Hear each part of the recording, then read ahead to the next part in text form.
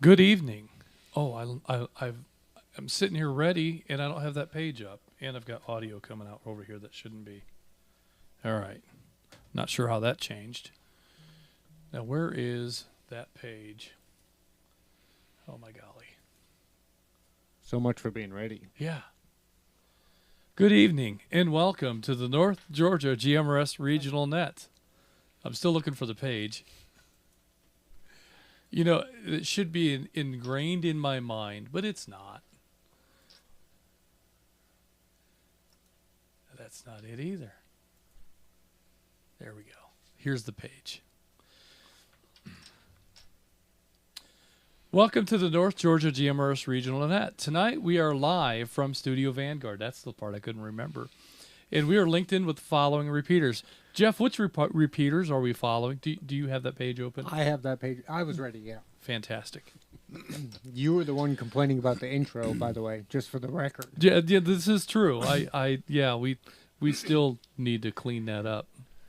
So the repeaters we are linked into tonight would be Toccoa, Flagship, Columbus, Lula, Noonan, Rome, Dallas, McDonough, Jersey, Ocala, Zebulon, Watkinsville, Chattanooga, Cades Cove, Lookout Mountain, Fort Mountain, Georgetown, Ottawa, and for those following on the White Oak repeater, we have unlinked the White Oak repeater for the net tonight. We understand we are having some internet issues up there.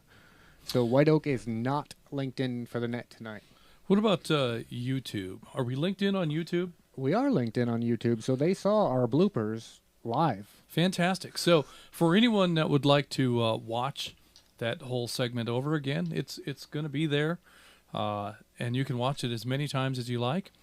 And if you want to go to it live, we are live streaming on YouTube at this time. So feel free to follow along on YouTube. Just remember, if you're watching on YouTube, there's some delay.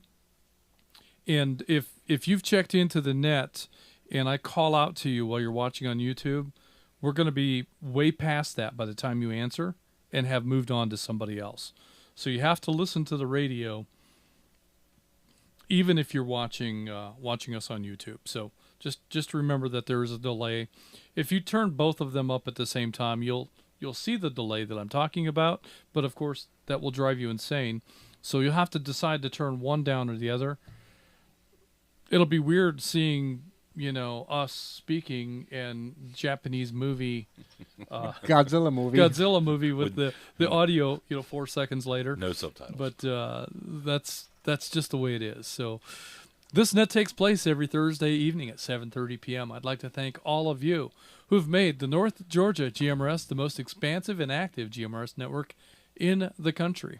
Your net control tonight is Atlanta 946, WQIR 514. My name is Justin, and Dallas 20, WRKT 728. My name is David. And Atlanta 750, WRMR 367. My name is Jeff, and we need to break before you continue.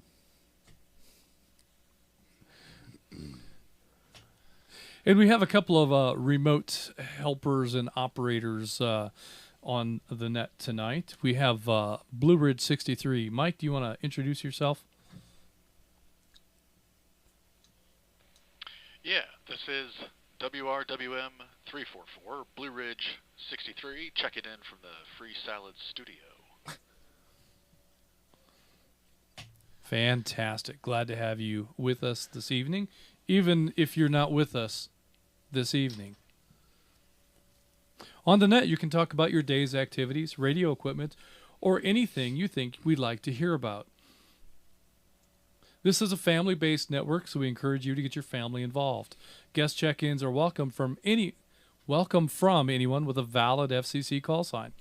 Once the floor is open, it is permissible to address other members of the net by their name or tactical unit number. Your FCC call sign is only required when you sign in and sign out of the net.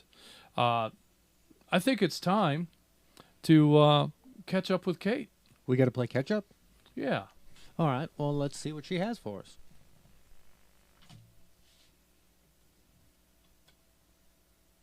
Good evening. This is WRMR 367, Atlanta 751, Kate from high atop Mount Waleski, live in Studio C, with this week's Catch Up with Kate, the latest NGGMRS sauce. GMRS news we can all relish.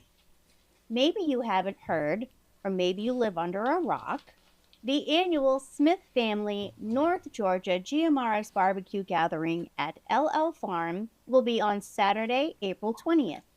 We'll get an update here shortly from CB Smith, Gainesville 285, following Julie's tips. So stay tuned for some important announcements. The next Westside Luncheon will take place on Saturday, April 13th.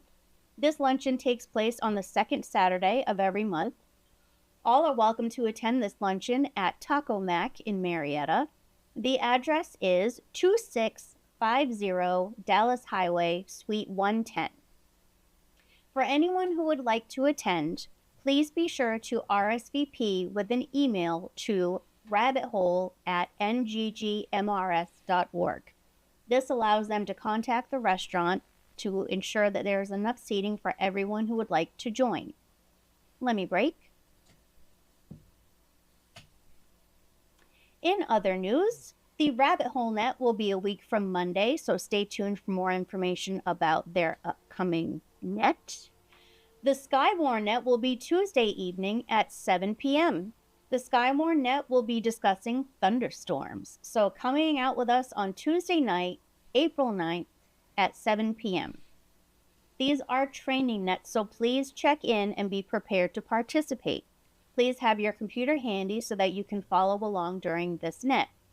More information and training materials can be found at noaa.gov/jetstream. Skywarn training nets are for the Chattanooga region only. If you have an interest in Skywarn and are not in the Chattanooga area, you can find a local Skywarn group near you. Skywarn nets are held on Tuesday evenings at 7 p.m. only for the northern segment of the North Georgia GMRS Network. And be sure to tune in on Friday for the Friday at 9 Simplex Challenge. Even with an unexpected outage of the ball ground repeater, we had a great turnout. Thanks, Gary, for allowing our Simplex net to use the mighty flagship of the North Georgia GMRS repeater fleet. If you haven't yet, you should engage in the Simplex exercise and find out what your Simplex coverage is and who your Simplex neighbors are. In the event of a real disaster, this could be vital information, and it's another fun way to engage in radio. Look for more information on Facebook or call out to ATL 250 Mr. Dana sometime before the challenge for some more details. Let me break. The North Georgia GMRS Kids Nets air the second Saturday evening each month at 7 p.m. The Kids Net is for family members of North Georgia GMRS Network members or licensed guests. I'd like to thank all of the parents who make the effort to engage their children in the magic of radio. This net is for youth only, 18 and under. However, parental guidance and coaching is allowed and expected.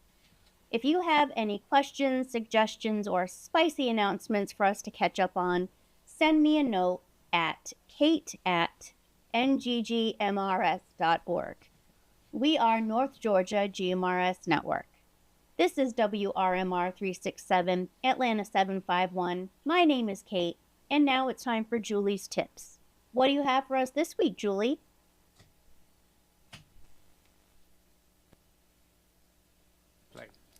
This is WQIR 514, Atlanta 947. My name is Julie, and I'm with this week's New User Tips and Operating Procedures segment. This week, we'll talk about GMRS radio online tools. Last week, we talked about the North Georgia GMRS website, but there are a lot of other online tools that we can utilize for GMRS radio. First, let's talk about mygmrs.com. MyGMRS is probably the best database listing of GMRS repeaters. The website is due for some updates, but nonetheless, it still holds tremendous value as a national database for GMRS repeaters. As a repeater owner, Listing on the website is pretty easy. A little too easy, perhaps, as many repeaters get listed long before they get activated. And as a result, you'll find repeaters listed that don't actually exist. You may also find repeaters listed that are no longer in service, but the bottom line is that it's still a very effective tool. There are a few little tricks to help with navigating this site. The first thing to be aware of is the filters. There are filters for inactive and stale repeaters. When searching for a repeater, be sure to check these filters, as they could be why you cannot find the one you're looking for. The second trick is that sometimes the information on the map does not always coincide with the information in the spreadsheet format. So be sure to check both places for the information you seek. Another tool is called Repeater Book. Repeater Book is a website for locating GMRS repeaters. However, you will find that the Repeater Book listings are very incomplete. I think they show around 10 repeaters in Georgia. It's a relatively new website, and they have really just begun collecting information, but in time this could be a very useful tool. RadioReference.com is another good resource for repeater directory, and they have so much more on their website. It would be worth your while to explore that one. Let me break. Google Earth is a tool we use to find topography and distance to determine approximate coverage. Scadacore.com has some great tools for RF path study, including a line of sight calculator. The FCC ULS is a handy site to bookmark. This site allows you to check your own license periodically to be sure it remains listed as active. And it can be handy to look up other users by their call sign, or just to confirm that a call sign you hear on the air is real. Also, if you're looking for great deals on equipment for use on the North Georgia GMRS network, then you may want to poke around Chat Radio's website. These are just a few of the preferred practices of North Georgia GMRS members. And these procedures are how we become the best operators on the nation's largest, most advanced linked repeater network. And remember, if you have any questions or suggestions for new user tips and operating procedures, send me a note at julie@nggmrs.org.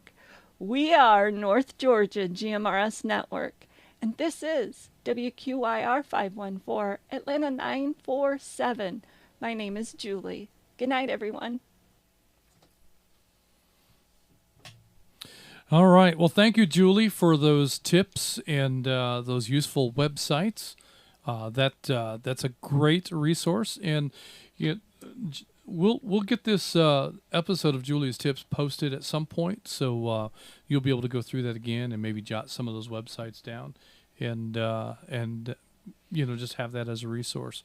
Also want to say thanks to Kate for those announcements, and as promised, Kate had made mention there would be more information about the upcoming barbecue. So let's go see if Gainesville 285 is available to update us on the things happening related to this upcoming barbecue. CV, are you there?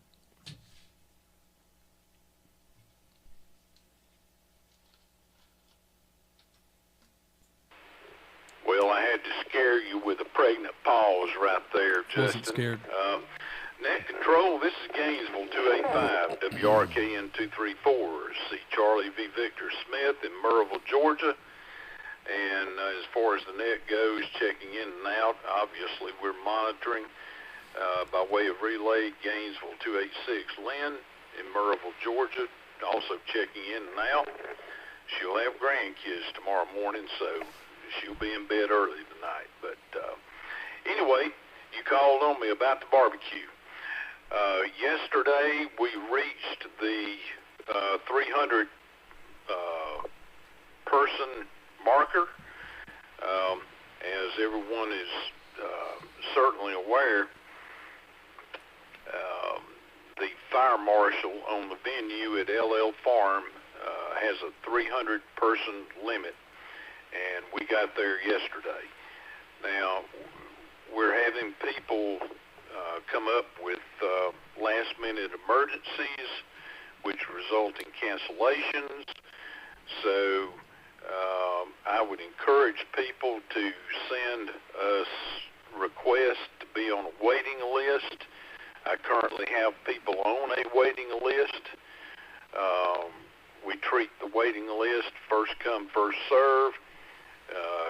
We have the emails dated and timed, so whoever sent in an email requesting reservations for the barbecue, they get put into any empty spots first. So if you have information about people in your party who are not going to be able to come, I would ask, please, send that to us as quickly as possible. If you think you will come, please get in line, and we'll send you information about it as soon as we know about it. Let me break, please.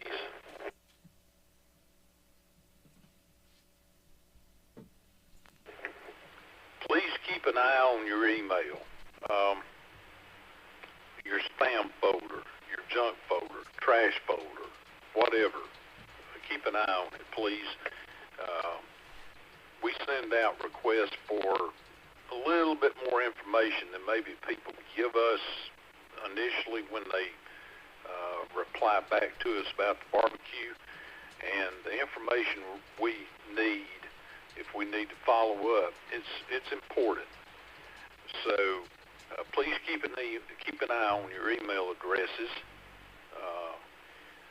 every bit of it, and let us know if there are any changes in numbers or if you want to come. So we look forward to it. 300 people is a great time. Going to have a lot of North Georgia GMRS merchandise available. Gary, Atlanta 60 is giving away radio equipment. Chat Radio's giving away radio-related equipment, and we're looking forward to it. Can't wait. Thank you very much, Net Control. Gainesville 285 will be clear. All right. Well, very good, CV. And just one thing that I would add, if you had RSVP'd a large party of 4, 6, or more people, double check with everybody to make sure that they are going to be available and are going to attend with you. And if for any of those members of that large party indicate that they don't know, or they're not willing, or they've got hair to wash or a game to watch or other things that they might rather do, then let's go ahead and get them off the list and make that spot available for whoever might be in line. And if it's just a small party, if it's just 2 of you and you're going to be there, then by all means, we look forward to seeing you and visiting with you, sharing a meal and some fellowship. So I think that'll be a good thing. The other thing, as CV has mentioned, he'd like to collect a little more information. So when you send your RSVP in and you say, I'm coming and I'm going to bring these people, CV is going to send an email back and say, what are their names? Who are these people? He just wants to be able to provide name tags for everybody when we get there. And rather than scribble something out on a piece of paper that's hard to read, he'd like to have something neatly printed so that we can be comfortable wearing a name tag. And in an event like this, it goes a long way towards breaking the ice with introductions. For one, myself, when I attend events like this, I recognize a lot of faces, but I have a tough time putting a name with a face. Sometimes I hear a voice and I can put a TAC number with that voice. But if we're all wearing name badges, it just really goes a long way towards helping to break the ice and engage in conversations with folks that we think we might know. I think I remember who that is, but I don't want to get the name wrong, so I'm just going to stand over here. The name tags help a lot. 100%. Yeah, so... you recognize the voice. That's right. That's right. You recognize the voice, but sometimes the name just doesn't come to you. So please check your email and follow up on that if CV has requested additional information for your RSVP.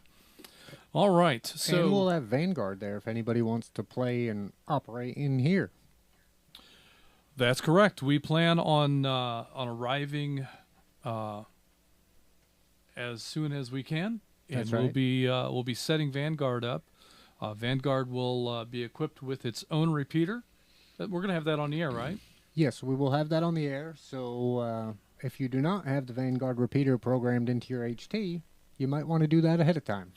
So that's one thing to consider. You'll be able to walk around the grounds with your HT and operate with good coverage. Will Vanguard be linked?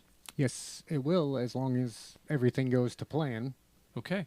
So you'll be able to maintain communications with the entire network through the link in Vanguard. Let me break. Gainesville 285. Go ahead, CV. Quick. I apologize for omitting Vanguard. Looking forward to everyone seeing that, and thank you very much for the extra explanation. Gainesville 285, WRKN 234, be clear. Thank you very much. All right, CV. Did I pass the test? Did I get all that right?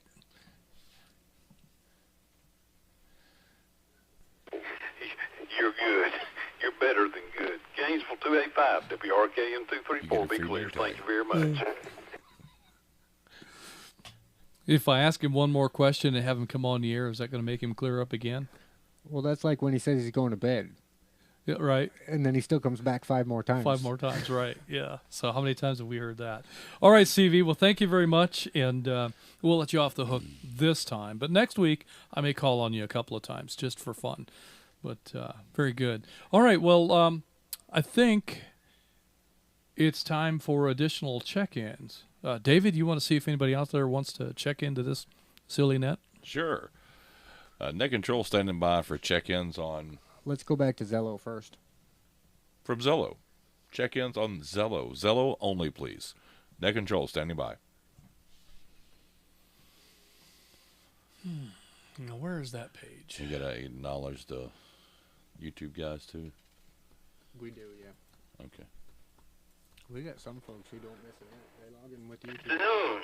This is WREJ 857, Atlanta 516.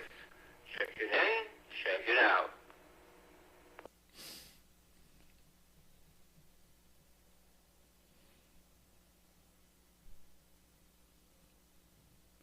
You want to do any repeater other than flagship next?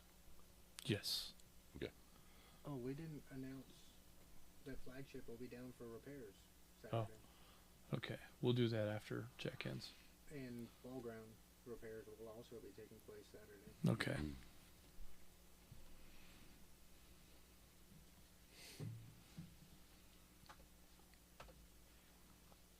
All right, go ahead and acknowledge Ray. And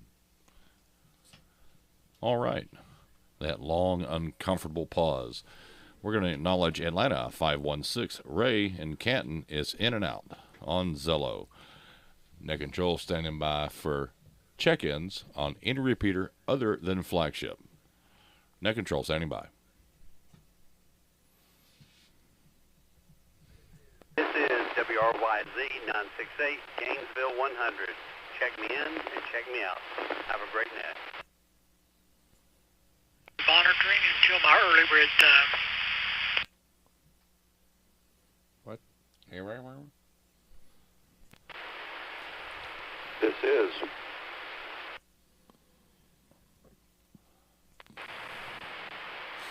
WRVR 303, Chattanooga 30.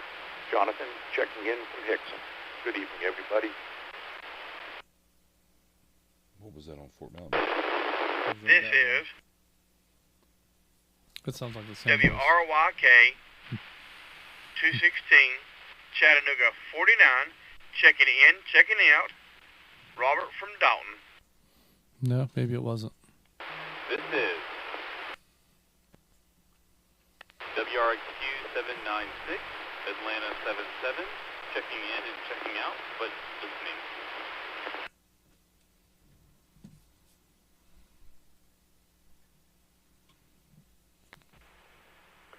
This is WRYE 756, CW33, Tom from Bogart, Georgia. I'll be checking in and checking out, but I'll be monitoring.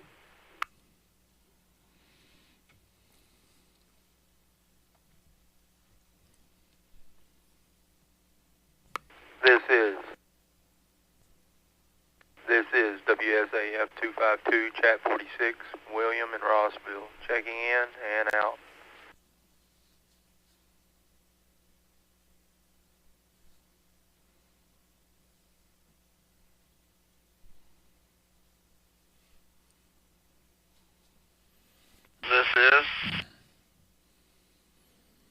This is WRXV 696, Dallas 64. Josh in Dallas, check me in and check me out, please. Thank you.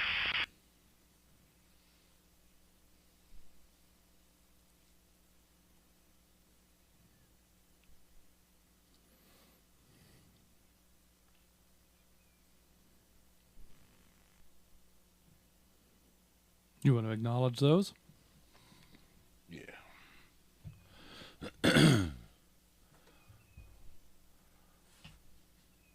All right, going to go ahead and acknowledge Gainesville 100. Randall in Buford is in and out. And Chat 30, Jonathan in Hickson is in with us tonight. Chat 49, Robert in Dalton is in and out. Atlanta 77, James and Tucker is in and out. CW 33, Tom in Bogart is in and out. Chat 46, William in Rossville is in and out. And Dallas 64, Josh in Dallas is in and out. Net Control standing by for check-ins. You got some there that you missed. Our YouTube. See posts. those highlighted?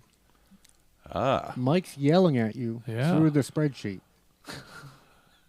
We had Rome 1 too. Mark checking in on YouTube. Then we had a guest, WSAI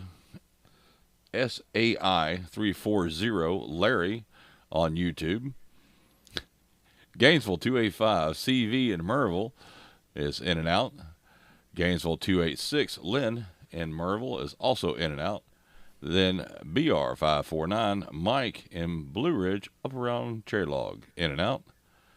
Then Atlanta 516, Ray in Canton is in and out.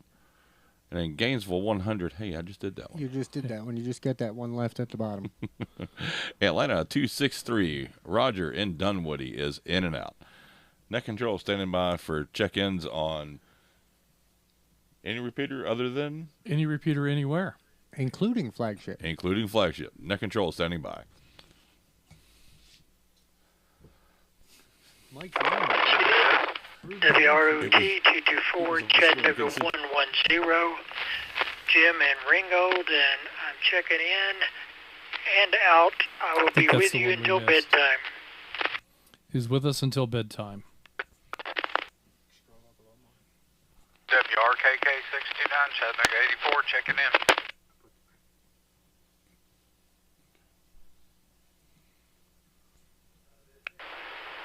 WRC L 542 120, Carmine in Fayetteville, checking in.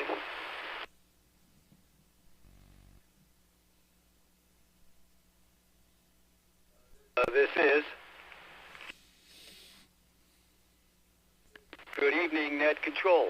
This is WRNW 488, Atlanta 532, Tom in Flowery Branch, checking in and checking out. And Justin, that introduction was perfect.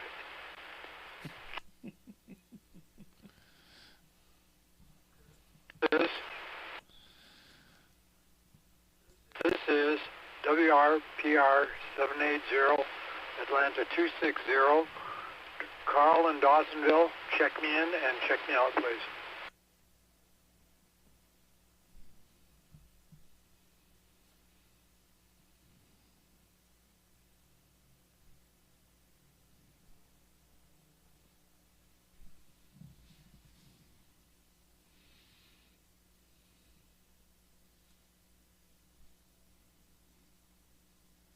We got Barry from Central Kentucky in our live stream tonight.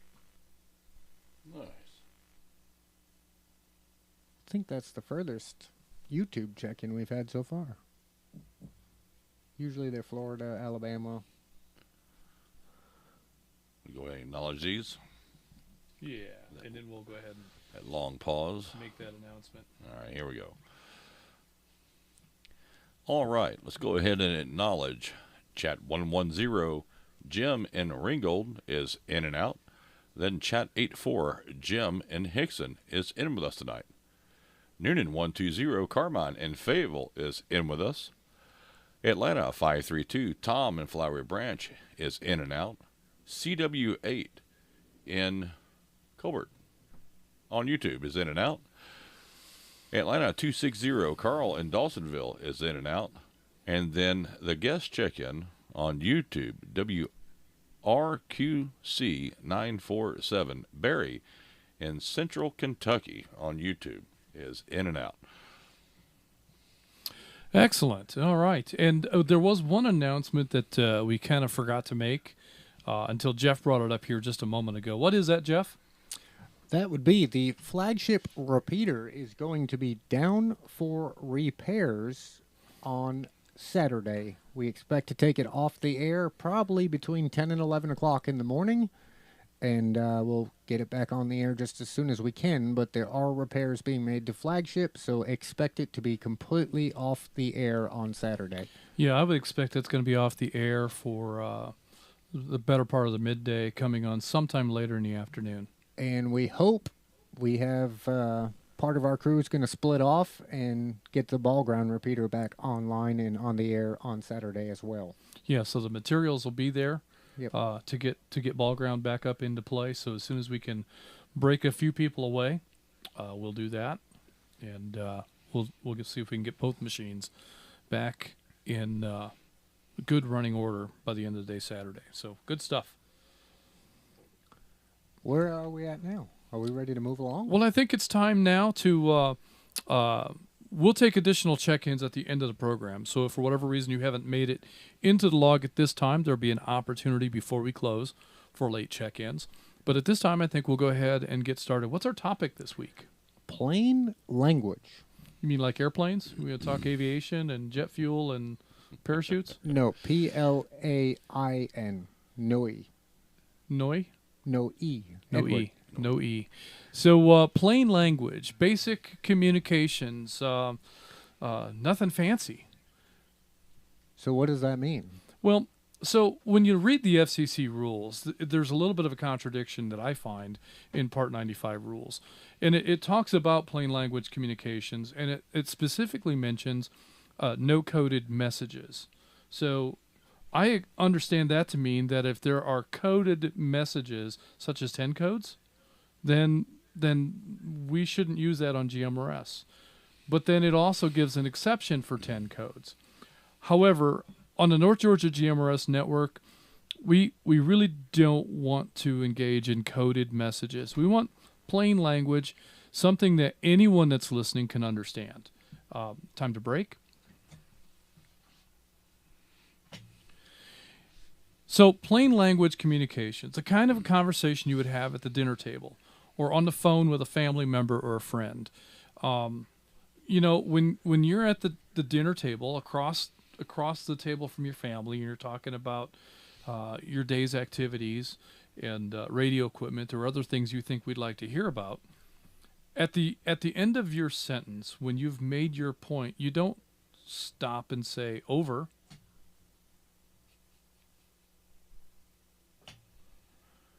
And just like you wouldn't do that at the dinner table, it's kind of silly to do that in FM radio. There's really no ambiguity. There's no, was that a coded word, ambiguity? It's very clear when someone releases the push to talk button.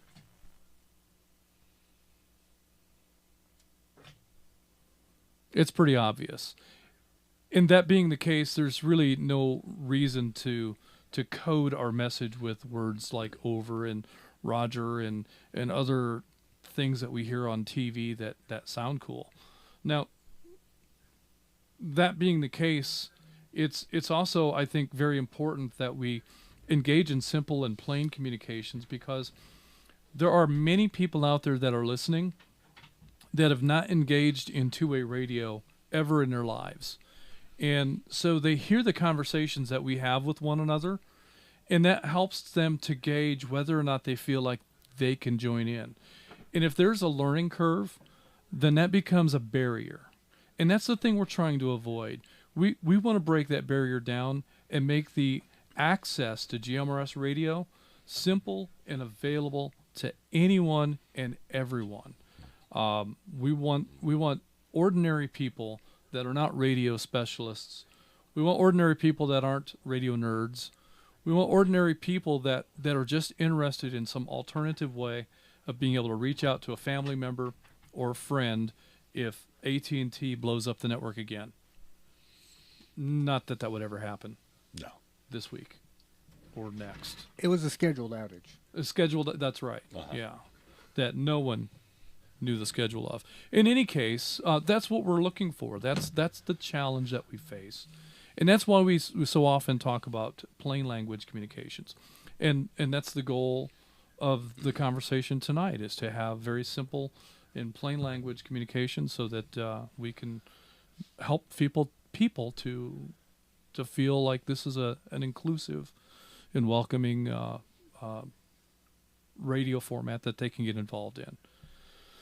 So with that in mind, David, where are we at? Right at the top of the list, I suppose. Let's see here. Let's get that back.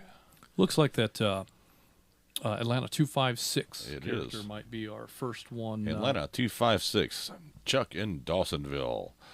What would you consider plain language? He's a cop, so. Well, good morning, y'all. I guess the downside of being at the top of the lineup is everybody's listening. Plain language, simple as that. No slang, no CB stuff, just talk. Simple talk. No code, no superfluous words. And it's gotten a little out of hand as of lately, but I think education is the best part. I think we can reel it back in and get her done.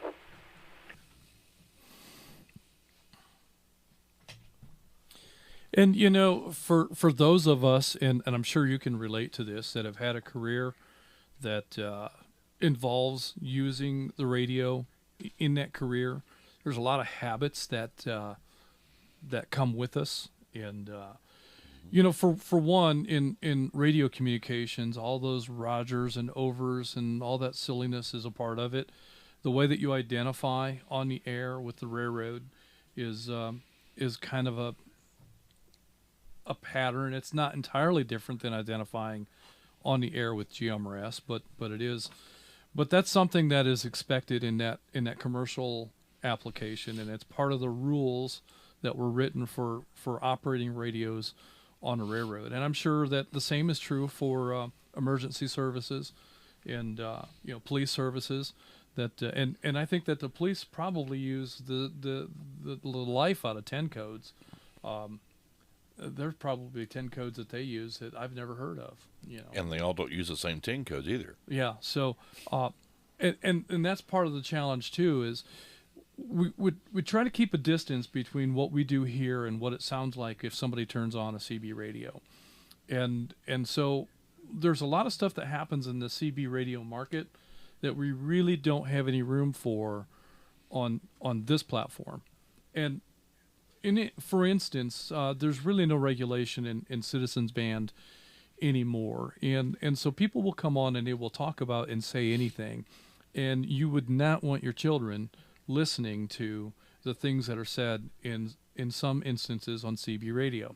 Now, I know this isn't a universal truth, but as having in the past been a truck driver, I can tell you, pretty uncomfortable having a radio on anytime my kids were in a truck. So that's just the way that area is. We're not going to be like that. and we will enforce if we need to communications on the network to avoid any resemblance to that. So we want this to be a radio environment where you can have the radio on in front of your children or your grandchildren and have no fear that the topics or the conversations might embarrass the kids or yourself or your spouse based on conversations that are happening on the air. So good stuff, Chuck. And yeah, I appreciate. Well, don't forget to send in your coffee and donut order for Saturday morning while you got them. Donut holes. Yeah, the assorted, one size fits all donut holes. Yeah, definitely. So all right, I didn't know Chuck was going to be there, so that's great. Appreciate that. Looking forward to seeing you. Next on the list, we have Atlanta 557. Ed in Kennesaw is in and out. Also, we had Atlanta 780. Houston in Austell is in and out. And that'll bring us to Blue Ridge 63. Free Salad in Blue Ridge. Mike, do you have any comments for plain language communications?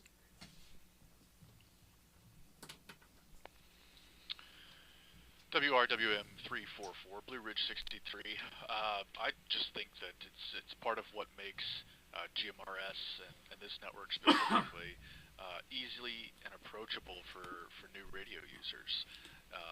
If you haven't gotten into the amateur side yet, there's a whole lot of jargon over on the amateur bands,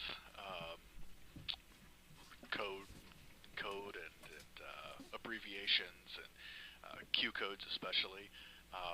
That makes it a little bit intimidating. So just thinking for myself when I was first getting involved, just the use of regular conversational tone made it easier to get into the hobby, get on the air more quickly, not have to memorize a whole chart of Q codes and 10 codes and everything else. And I think that's a good thing for our service especially.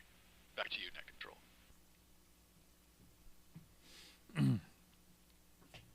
Well, that's a great point. You know, there are some pretty fast and firm expectations in amateur radio when you come on the air, and if you don't meet those expectations, folks will be quick to let you know that you haven't met those expectations.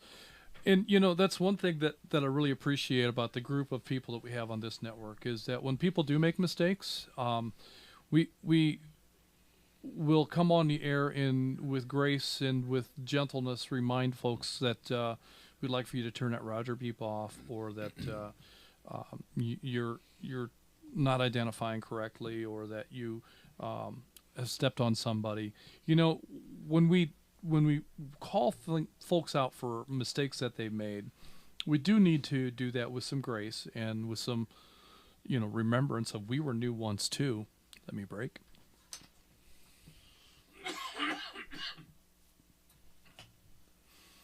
And, you know, I make plenty of mistakes when I come on the air.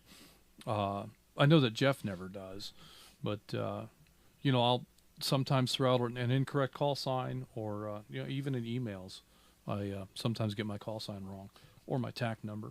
But you know, we're just people here, and we're first and foremost. My use of the radio is to have fun. I enjoy the conversation, and that's my first and foremost purpose for being here, and everything else is gravy. The benefit of having a network of people that I can communicate with, that I can draw on for resources, that people that can be available for many needs that have been met along the way. You know, that's just one of the other benefits. But it's the plain language communications that really make the difference and make it a little easier to enter the field from right here. And the cool thing about that is once you've entered that field, you gain experience just by chatting on the radio.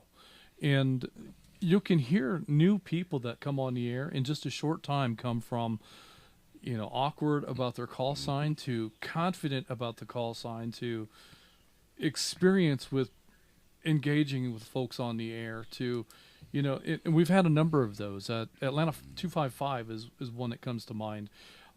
You would never know that she's brand new to radio, but she's only been around for a few weeks, and she's made huge strides. And when she comes on the air now, she sounds like a veteran GMRS user. She's been here forever. So that's fantastic, and I think that's a testament to how easy it is to engage with this group of this community of radio operators, and that's a testament to the folks that are out there. You don't want to scare anybody off either, to where now they're mic shy. They don't know how to talk. I don't know the lingo. We've seen posts on Facebook like that. I don't know the lingo, so I'm not going to key up. Yeah, and what is the protocol for joining the net? Well, I mean, during check-ins, the expectation is that you not make an RF check-in while we're trying to get Zello folks on here. Other than that, it's pretty easy. We ask for, the reason we ask for repeaters other than flagship is because more than half of our users are on flagship.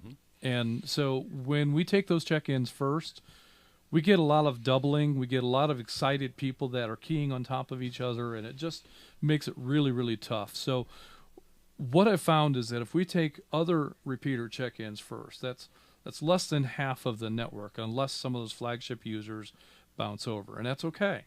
But it sets a slower pace.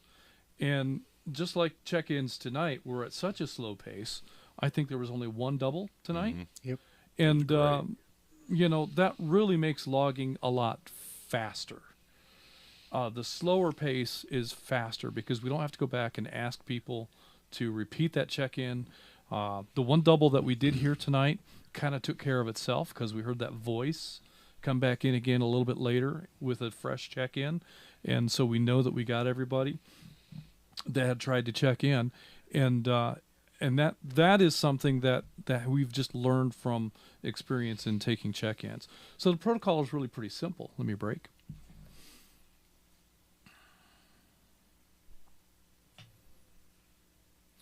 And I think that's one of the things that makes it easy to engage in GMRS radio is that we set the bar fairly low in terms of what the expectations are for new users, and with a little bit of experience, new users become seasoned users pretty quickly around here.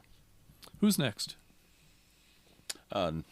Next on our list, we've got Gainesville 44. Joe is in and out. Then we had Cades Cove 8-1. Renee in Rotwood is in and out. Then Cades Cove 8-0. Eric in Rotwood is in and out. CW40. Robert in Nicholson is in and out. And then Atlanta 250. Dana in Dahlonega is in with us tonight. What would you consider to be plain English on GMRS? Well, the other thing with Dana, while we got him, is we need some clarification on exactly what the plan is for tomorrow with the ball ground repeater being offline. So, Dana, if you could elaborate on that as well as the topic for this evening, that'd be great. Why not Blue Ridge? Well, that's why we need Dana to explain it to us. Ah. Go ahead, Dana. Thanks, guys, and I guess I'll start off by first acknowledging last week's roundtable, if I can. It was a very good success. Lots of folks checked in.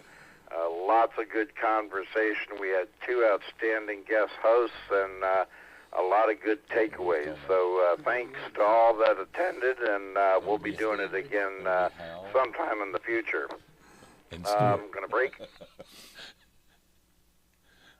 As far as tomorrow night, there will be no directed net on the ball ground repeater.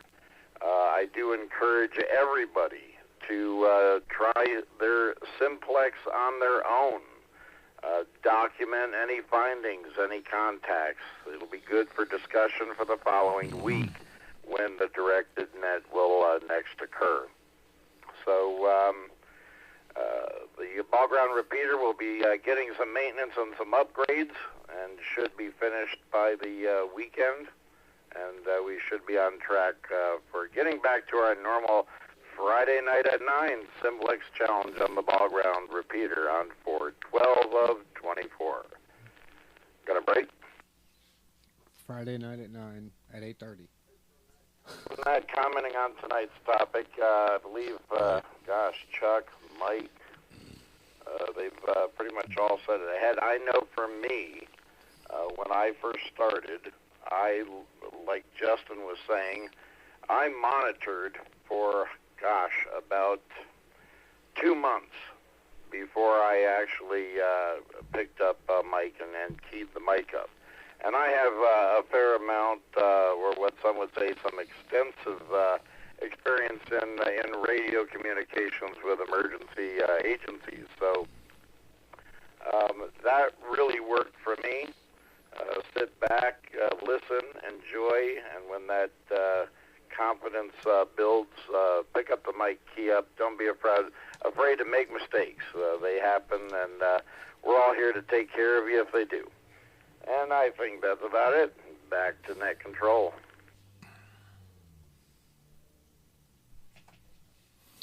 Very good stuff. And yeah, I think this is an opportunity tomorrow night to exercise simplex communications as though there were no repeater available. Because guess what? Ball ground is temporarily unavailable. I'm actually going down the road to where I got a known high spot and going to try the simplex. So in a church parking lot. Okay. So you're going to capitalize on the event that we're not going to have a directed net on the ball ground machine. Correct. We're just going to go out there and try to make contacts. And I think that's the raw spirit of what the 19 at 9 is. So that's good stuff. So good plan. All right. And yeah, Dana, I think that we've heard that a handful of times about folks that have just tuned in and listened for a period of time before they ever came on the air, get a sense of how the communication happens. And, you know, we talk about plain language communications, but there is a protocol that's expected. And that really boils down to the FCC ID. We can't get around that. Everything else we can work on, but the FCC ID is something that we have to do. We have to identify all of our communications. So things like kerchunking the repeater to see if it'll answer back, that's really not okay to do anywhere in amateur radio or in GMRS. But on this network especially, trying to kerchunk the repeater is nothing but annoying because you will not hear a courtesy tone or a tail squelch. For those of you that don't know what that term is, that's when you grab the microphone and key it quickly and then let go. And oftentimes when you do that on other repeaters, you can hear after you let go of the key on your microphone, you can hear the repeater kind of answer back with a staticky squelch noise. And it tells you that the repeater is there and that it answered your key up. Our repeaters don't do that. So why don't they do that? Well, they don't do that because, well, for one, it's really unnecessary. But for another, it interferes with our linking system. So when you finish your transmission and you unkey the radio, but the repeater throws the tail squelch out, one of the other repeaters or any other radio that hears that may repeat that, and the linking system will hear that as a new transmission and will kerchunk the radio again, which results in a new kerchunk and a new tail squelch and a new transmission and a new kerchunk and a new tail squelch and a new transmission and a new kerchunk. Oh, you can just imagine this. And when we first started linking our repeaters, we fought this, and this round robin repeated kerchunking thing would happen for quite some time. Like Jeff is trying to indicate, a long, long time. Oh, you mean break. And as a result, we found that we had to remove the tail squelch and the courtesy tone functionality from the repeater. And the repeaters had to react to the end of transmission without anything in addition there. So if the radio transmitted for even just a briefest time after the control module told it to stop, then the control module is what would see that and think it's a new transmission and would react to it. So we can't have a tail squelch. We do have some ideas as to how we might be able to, at some point, introduce a courtesy tone through the controllers, but Still in development. that's still in development, and it may be a while before that comes to fruition. And I'm not really even sure that I want that, but I don't get to call the shot, so you don't have to worry about whether or not I want it. Well, before we move on, we just talked about the Friday night net with Dana. What about the next coming rabbit hole net? Seeing how you're here, Good. Talk about the rabbit hole. He doesn't often know what the topic's going to be this far in advance. Do you have any idea? Actually, we do. So on Facebook, there was a comment about, let's talk about survival food. And we said, okay, well, there it is. There's our next topic. So we were going to talk about, the long-term storage foods or survival foods. And my comment was, we've talked about this a couple of times before, but there's no reason why we can't talk about it again. It's one of those items we consider very important. So, hey, keep it going. So. Well, that's fantastic. How many pounds of rice do you buy? What? How many family members do you have? Oh, so there are variables here. It can be, but it also depends. Do you want to eat nothing but rice? Oh yeah, well that would get old after first day after lunch. So that's the thing, Everyone wants to sit there and think about, I'm going to buy this bulk rice or bulk beans. It's like, great, you got 150 pounds of rice or 150 pounds of beans. Is that all you're going to eat? Well, there are people that like beans. Well, there is. I'm not one of them. But not every day. Every day. That's interesting. So it's not just about survival food. It's about survival food that you're going to eat. That you're going to want to eat. Absolutely. And not food, not subsistence food, but I get that you're not going to have your whole entire menu all the time, but eating the same thing repetitively, it would probably turn out worse than the situation you're in. I really only need maybe 4, 5, 6 different meals. I tend to eat the same things over and over again, just not day after day. Right. It's the rotation. But so you really do want to have a handful of things. Well, I think that's going to be a great topic for the rabbit hole, and that'll be a lot of fun. Well, David, tell me, what are your thoughts? I'm going to break. You come back and tell me your thoughts on plain language communications.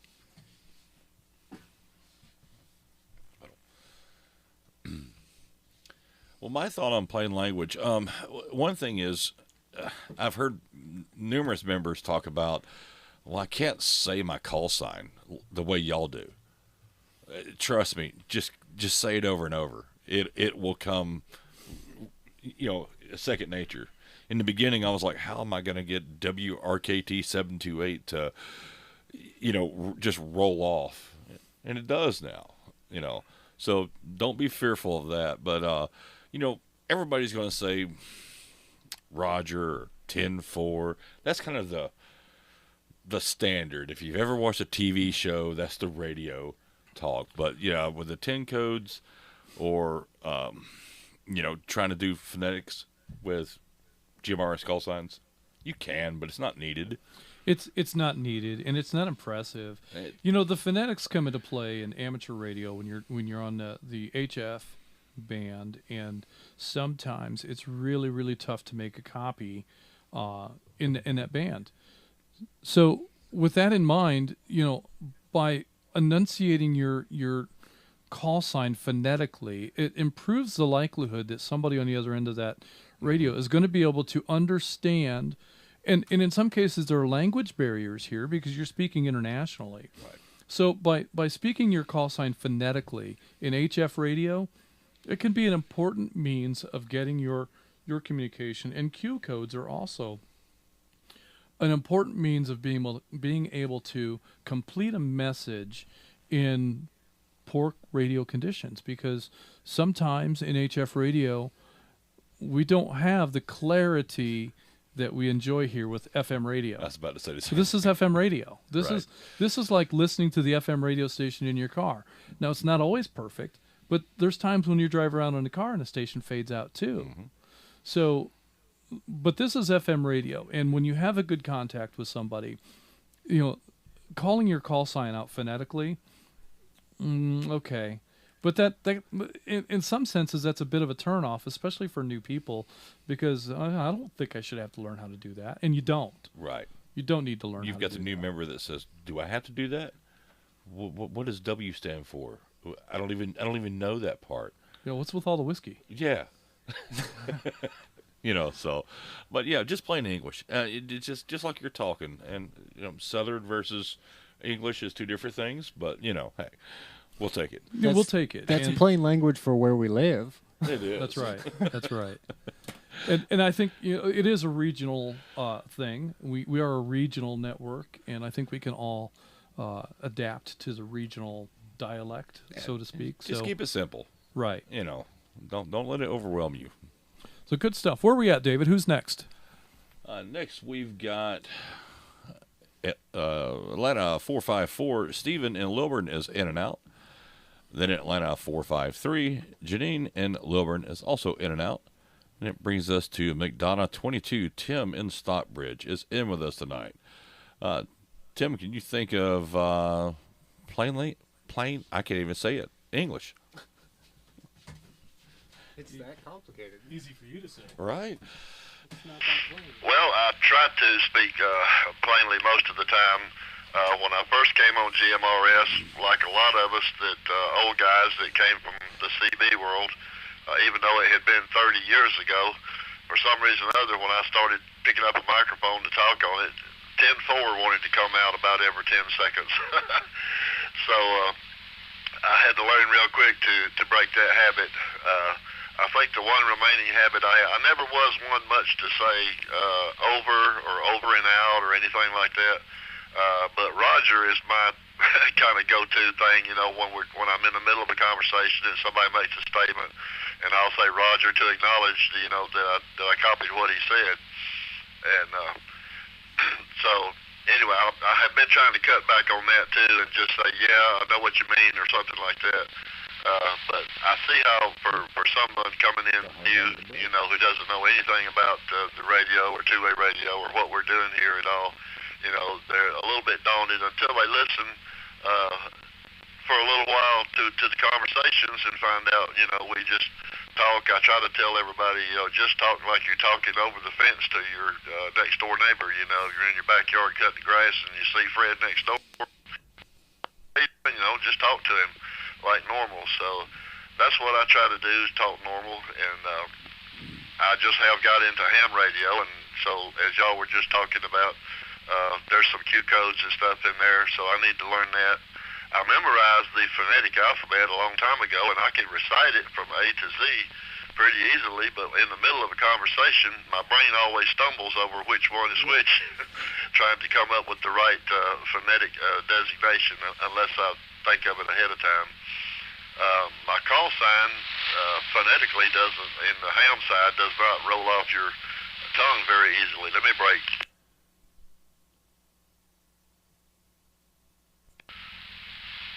So I'm just going to say KQ4 QQ Delta, because really it's the D's, T's, and P's, and all that with those sounds like that on the radio that can be misunderstood. A D can easily be misunderstood for a B as in boy instead of a D as in Delta. So until somebody complains about it, I'm just going to say KQ4 QQ Delta.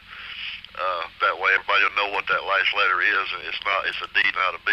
But anyway, I agree with what you guys said. I don't really have a whole lot more to add to it than that. But we want people to feel welcome here, definitely. It's family organization and family get together on the airwaves, and so I understand we want to make everybody feel comfortable. So I can't think of anything else to add to that. I'll just throw it back to net control. What do you say? There you go, and congratulations on getting your license. That's pretty cool. And yeah, I can agree with that. That doesn't really roll off the tongue very well. But also too, you've got different phonetic alphabet where you have military versus law enforcement. They use mostly law enforcement uses names. The military as the Alpha Bravo Charlie that a lot of people know. So you may catch someone saying something different. So, but yeah, I mean it's just plain talk. Well, I thought that the Juliet Quebec finished to the call sign. I think that was Atlanta 255 has that. Yeah. Is it? Yeah, that's right. Kilo November 4. No, it's Kilo Quebec 4. Quebec Juliet Quebec. So I thought that was going to be a tough one, but interesting because it's every other character is a Q, so it shouldn't be too hard to remember. But then Tim went and got a call sign and said, "Hold my beer." Right. So that definitely is a challenging call sign. So, but the good news is that you can apply for a vanity once you upgrade to general. He hasn't even had it a week, and we're busting him chops about it. I don't think he's even had it a full day. Right. Yeah, he passed the test, but he was just having paid for it trouble this week. Yeah. Well, congratulations, Tim, and that's very cool. Glad to see that you have achieved that. All right. So Wait a second. I just thought of something. Congratulations for sure to Tim, but have you hit every net straight for the last week? I didn't check into the Skywarn because I was going to. I was just, paying attention and observing. We're going to make a live stream net controller out of you, sure enough. I mean, you got the chat on your phone there, and you got the log going. Yeah, I was legit about to chime into the Skywarn, and I was like, nah, I don't want to, because I don't need to be there. I thought you were going for some kind of record or just taking over the whole program. He's been on more nets than anybody else in the last 8 days. That's for sure. Yeah. And I didn't want to start that. Oh, I can check into the Skywarn because I'm down here. Don't want to open Pandora's box. All right. All right. Yeah. Set expectations. Right. There you go. All right. So let's reset, and you want to go through that list in and outs? Yeah.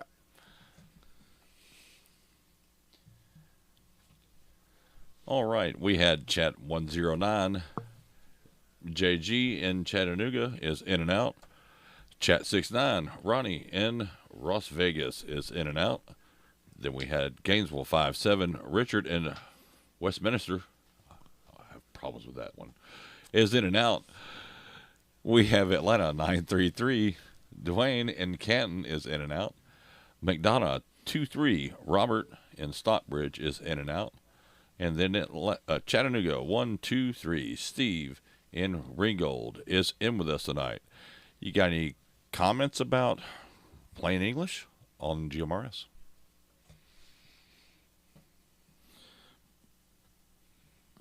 I think that's Westminster, mister. I know. Yeah, this is Chattanooga 123, WSCD 445. I got my training in the military, so on the radio, that was my MOS, so I'm accustomed to doing it in a very formal way, but it's been years ago. That was back in the 80s, so, and just after then.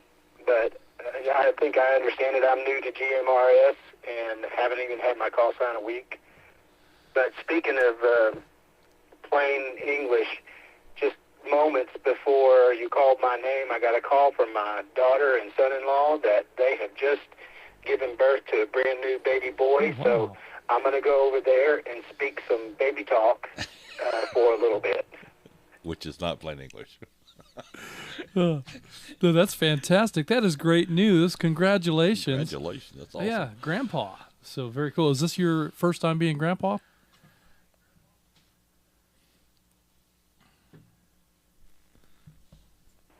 No, it is not.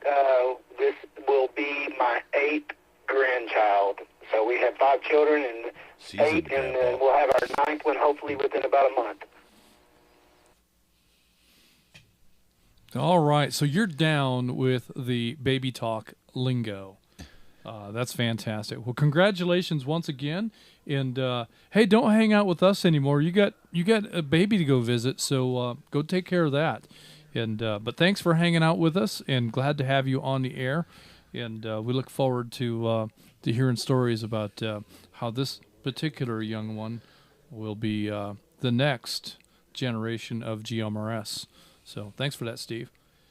With that, let's go ahead and move on to. We have Dallas 2-1. You know these people. Hey, there we go. We have Dallas 2-1. Lisa in Rockmart is in and out. Then we had Dallas 2-2. Seth in Rockmart is in and out. Then Atlanta 2-2. Hal Cedar Bluff is That's in Alabama 2-2. It is Alabama. Did I say Atlanta? I heard Atlanta, but I don't know what you said. Well, they're close.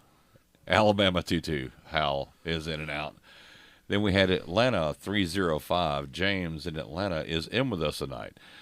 James, what's your comments about plain English over the radio?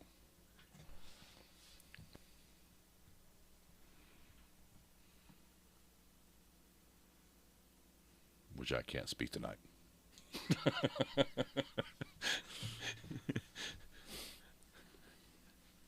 Well, that's like when, all of a sudden you forget your own TAC number, or it's like. I think James may have forgotten his. Maybe.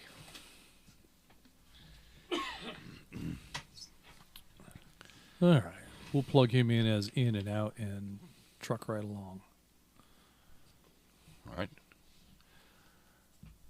All right. Then we have Atlanta 403. Bobby in Cleveland at the Vortex. So, what's your plain language for GMRS, Bobby? All right. Let me just say, am I overmodulating? Because I'm at Joe's house. Sometimes I blow his microphone away. Nope, you're sounding good. Sound like Bobby, just not crunchy. Not crunchy. Okay, that's good. Well, I got a couple things to say. I'm happy to see the flux capacitor is fluxing at full power tonight. Let's see, what else? Vanguard sounds fantastic through the Coa machine tonight. Really good. You guys did a good job. And as for the plain English stuff, I want to know what Justin's hand language is. Is that in plain English? Or, so he can't talk without his hands. So that's kind of funny. And, yeah, I can speak CD, I can speak GMRS, I can speak plain language, I can speak Navy, Army, all that stuff. But I've been playing with radio for so long, it's just natural to me. And, yeah, I think it is a good idea, like everybody said, that you just talk regular English. And that works for me, so, but good night. Timeout timer? Sorry, I didn't know they had the timeout timer on Joe's radio. I'll have to take care of that. All right, that's it. I'm throwing it back to you guys. That might be a good thing on Joe's radio.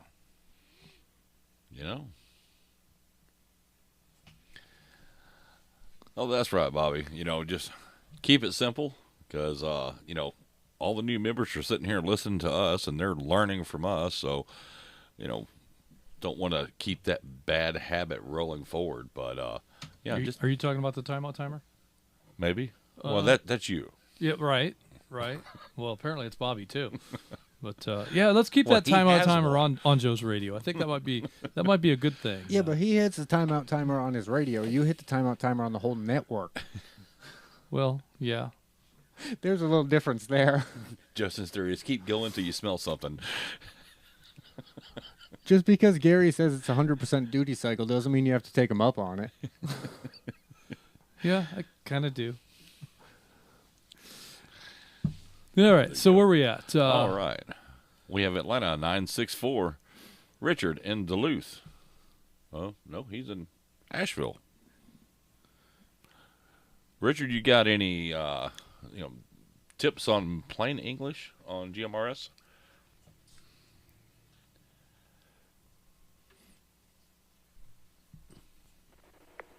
See you on Zello? Everybody else has covered what I was going to say. I come from a ham background, and it took some getting used to, but I try my best to do plain English when I'm on the repeater. And that's about it for me. I'm going to go watch the preview, the season premiere of Star Trek Discovery. Back to net.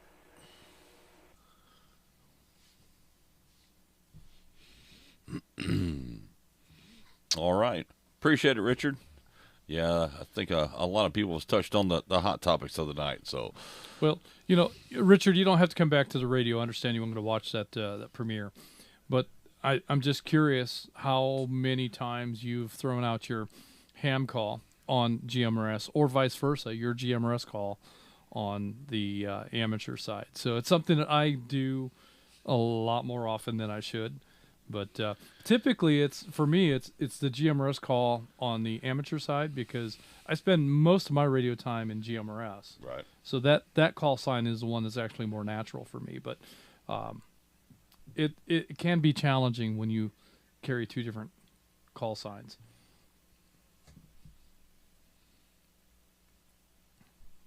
I don't know if he's going to come back. All right. Next we have. He's coming back to you, double. Operator, so I don't actually say my call sign a lot on the amateur side. So I think that helps. I've only thrown my amateur call sign out on GMRS maybe 2 or 3 times when I first joined a couple of years ago.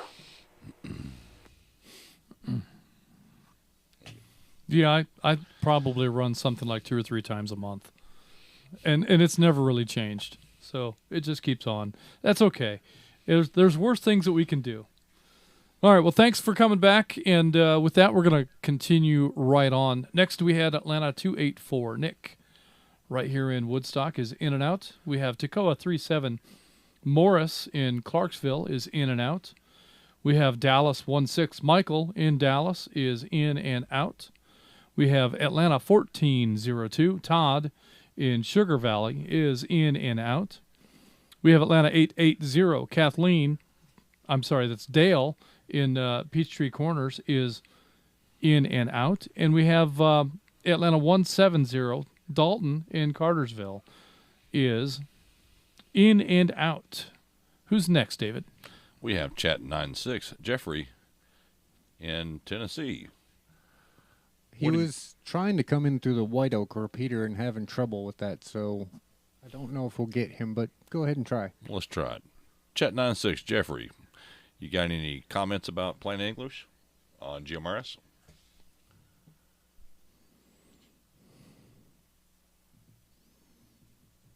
I know he's in the live stream, which he acknowledged the White Oak issue.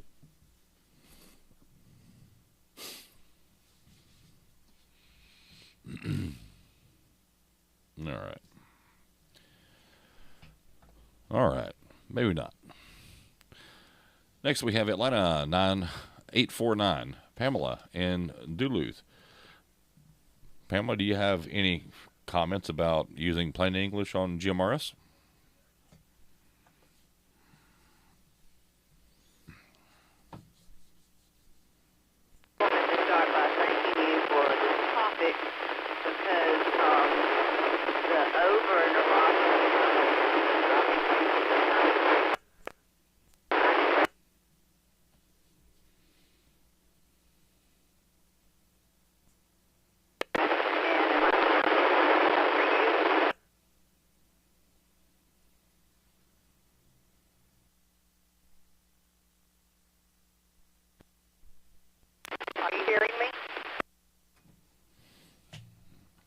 Pamela, we have a very, very rough copy, and we are only hearing 1 word out of 5. So no idea what you've said. Is there a way that you can quickly improve your transmission?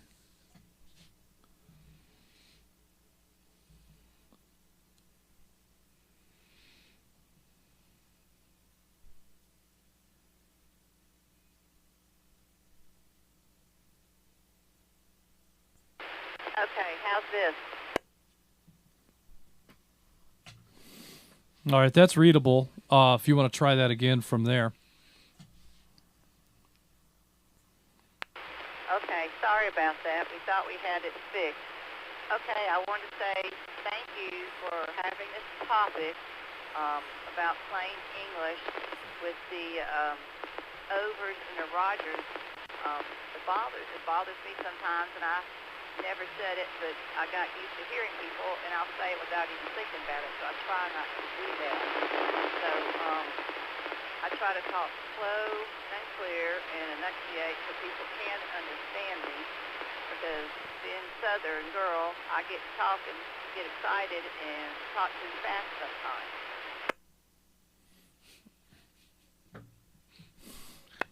Also, occasionally some of us have those senior moments that y'all probably don't know about yet, but will come one day.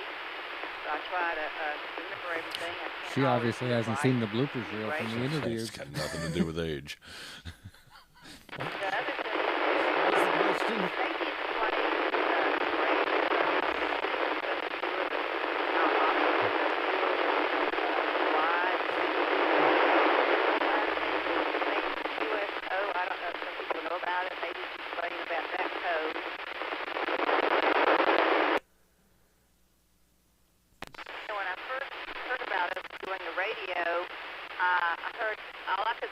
all these 10-4, 10 this when I listened to Smokey and the Bandit, and I said, oh no, I can't talk on the radio. I do not know those codes. But when I found out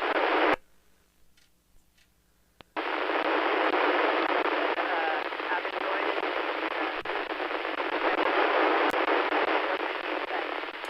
Pulled out something about QSOs and something about Smokey and the Bandit.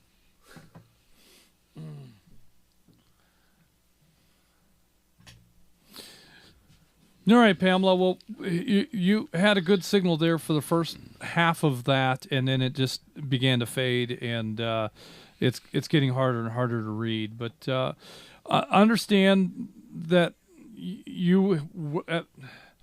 I guess she was intimidated by the 10 codes and stuff that she'd heard on Smokey and the Bandit. Yeah, and she mentioned, which I think is a good point to bring up, that she didn't know what QSOs and those kinds of Q codes that are sometimes used in amateur radio that sometimes roll over into the GMRS side. Right. So the Q codes are really what the foundation of a Q code is. Is that it's a way of sending a sentence that is prearranged, that both ends know what that sentence is. And if you're sending it in Morse code, you can just send QSO, QTY, QTH. There's a number of Q codes, and you can just send a short sequence of characters that begin with a Q, followed by typically 2 more characters, and that represents an entire sentence. That way, you can convey more information with fewer taps of the button or the key as you're transmitting in Morse code. So a lot of those Q codes have also kind of carried over into conversational phone amateur radio use. So we'll use those phrases in transmissions just to kind of accelerate the pace of the conversation a little bit, especially in contesting. But also it kind of condenses the amount of information you're transmitting and makes your message potentially more readable at the other end.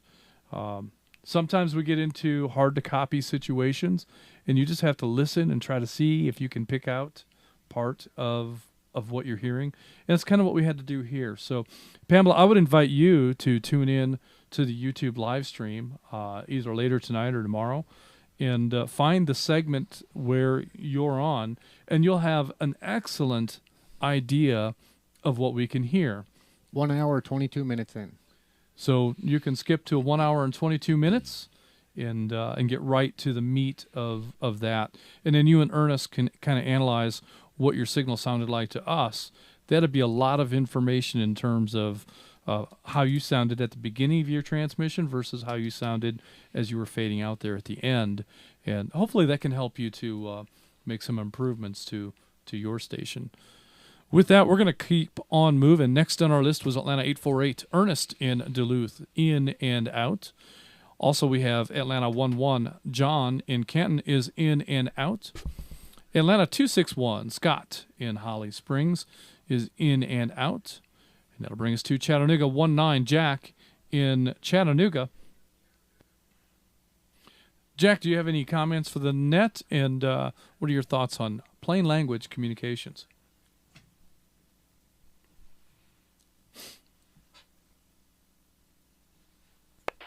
Net Control, this is Chattanooga 19. First off, before I begin, do y'all have a better copy on me now than the check-ins before? That's a good, clean copy with a little bit of crunch on the top. So you could back off just a little tiny bit and have a clean copy all the way around. Good deal. I appreciate that. I guess my only comments are a lot of good notes have been hit. Me personally, I have a military police background. That's my career currently. So I deal with the radio every day, and someone pointed out earlier that we had, between police and military, there's different phonetic alphabet, but there's also different brevity codes too. And I've never used any kind of brevity codes over the North Georgia net, but I have found myself saying copy, roger, affirmative, and stuff like that, and that's just habit, especially as I'm like actively working now. I mean, it's an unbreakable habit. But I just want to say I concur with the points of, especially on this network, if we're going to attract people, the younger listeners who got the FRS radios or GMRS radios for Christmas, that we need to be talking in plain language. Chattanooga 19, WR. He's going to have the gain cranked on that radio. Yeah. Maybe he doesn't know it is. Well, those are great points. And, yeah, and even on the railroad, we use a lot of lingo that you wouldn't necessarily use outside of the craft. And, sometimes in having conversations, I'll catch myself bringing phrases from the railroad to outside of that area. And I get sideways glances and weird looks. And I think that's probably true in a lot of trades. Jeff, in his mechanic background, has brought to light a number of shop phrases. Most of them are funny, and a lot of them are unrepeatable. At least on the radio. On the radio, but I think every craft has that, and sometimes it can be hard to break that. But we just have to remember, where we are, and that works. Jack, I'm going to recommend that you also play back the YouTube video, and you'll be able to hear just exactly what we're talking about. What is he, an hour and 25? Hour 25, hour 26, yeah. So just skip ahead into the video about that far, and you'll be able to hear what we're hearing. To us, it sounds like your microphone gain is way, way too hot, and so it probably sounds okay on your local repeater from one user to another, but through the linked network, it gets packaged up digitally, and during that analog to digital conversion and then back to analog again is where that crunch comes in, and you'll be able to hear that in the YouTube playback and have a better understanding of why we need to keep that microphone gain down just a little bit so that we can avoid that. Well, I think the other caveat to that too is when you pull away from the microphone, if the gain is cranked way up, then you lose all the fidelity in your voice. Now it sounds like you're down a hallway. That's right. So it took the crunch out of his voice, but then we lost the depth of his voice as well. Yeah, it's kind of the difference between being in front of the microphone and being over here off to the side of it. It you can still hear, but it's just not as good. Who's next? That was Gainesville. Where am I? Let's see. That was Jack. That was Jack. There we go. Dallas 84. Net Control Chattanooga 19. I've already played it back, and I heard it clear as day. We need to make some adjustments, and those will happen soon. Appreciate y'all having me on. Thank you for the radio check, pretty much. So, Net Control, Chattanooga 19, WRZP 299. Be clear and monitoring for the rest of the night. Good night. Fantastic. You already sounded better, too. Yep.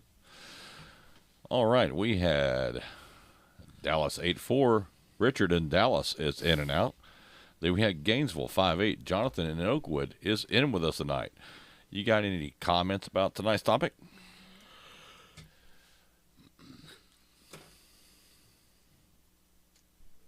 This is Gainesville 5-8. No, y'all. I mean, I think it's all pretty much been said.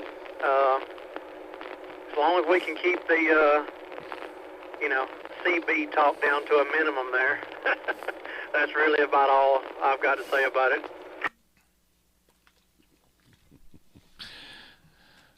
Yes, sir. Yes, sir. Now, I heard the conversation with you and Dana earlier that you were not allowed to check in and out tonight, so glad to have you with us tonight. Yeah, that is that an actual rule or just our rule that net controllers are not allowed to be in and out? That's one of those rules that is, it's a dynamic rule. It's subject to change with or without notice. Oh. A dynamic rule. Yes, that's right. A dynamic rule. I'm going to have to remember that. I got to make note of that. Right. All right. Next on our list is Rome 1-2. Mark off of YouTube is in and out. Then we had our guest check in WSAI 340. Larry on YouTube is in and out. Gainesville 285. CV in Merville is in and out. And then Gainesville 286, Lynn in Merville is also in and out. Blue Ridge 549, Mike in Blue Ridge is in and out. And then Atlanta 516, Ray in Canton is in and out. And Gainesville 100, Randall in Buford is in and out.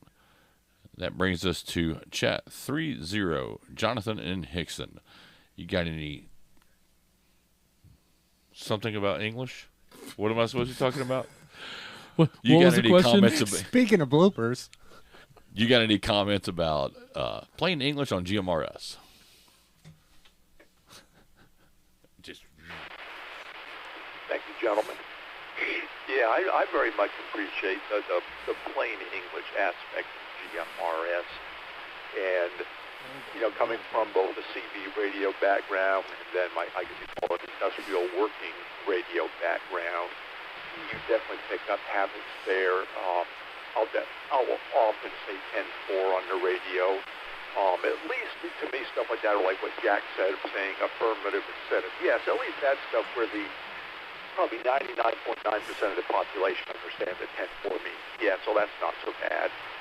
And I was listening to your guys' comments during the evening, and I noticed you used the word that during the check-ins that somebody got stepped on, and there was a double. I thought, well, is that plain English? And there are in every endeavor, there's always specialized words you have to use. And so, for those who don't know, the term "stepped on" means when one person transmitted at the same time somebody else was transmitting, effectively stepping on their station. I do have something I would like to bring out to people who are listening, and that is the term that's being used more and more at the end of a conversation where people are saying "clear on your final." I never understood that. That's quite plain English, guys. So we'll take a note of that. And I think it's really hard for people coming to radio because if you look at where do we learn about radio, right? But I still do it. We all do it. And probably 98% of what we know about radio, we've either learned using a CB radio, or we've learned it watching TV shows of either CB radios or law enforcement on radios. And very little of that is really true life. I mean, the times where I've listened on the local sheriffs and stuff, they use a lot of 10 codes. That's for simplicity. And it also makes it a lot easier to pick up a 10 code through a static record transmission. So there's some solid reasons there. They can say a whole lot very quickly with just 10 codes. But as was pointed out earlier this evening, you could have two adjoining jurisdictions using totally different 10 codes. So then 10 codes themselves become their, kind of a very confusing thing. And so it's nice here, plain English, just like I'm talking to you and you're talking to me and we're talking to each other. That's all there is to it. The only thing that really isn't quite plain English is our call sign. And I've glad to hear I wasn't the only one who had to try to figure out how to get their call sign to roll off the tongue easily. It took me quite a while to get it down so I could say WRVR 303 and have it come out smoothly, just like I say my name. And before I sign off, I've got one question for Mike in Blue Ridge, and that is, you get your amateur license, is that going to make you ham salad? Good night, everybody. Ham salad? BR63, Mr. Ham Salad, do you want to respond to that?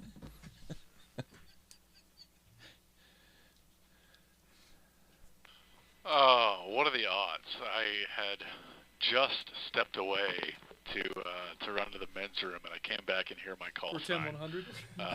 Shame on me. I tried to be sneaky. Could you repeat the question, and I'll try to come back. What was the question is my line. I got to put that as a short on YouTube so that everybody else will get the joke.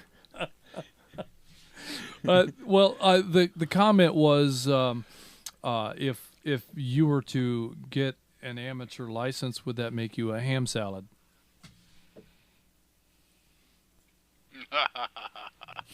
A ham salad, a free salad, chicken salad, I don't know. Some kind of salad. Definitely, yes.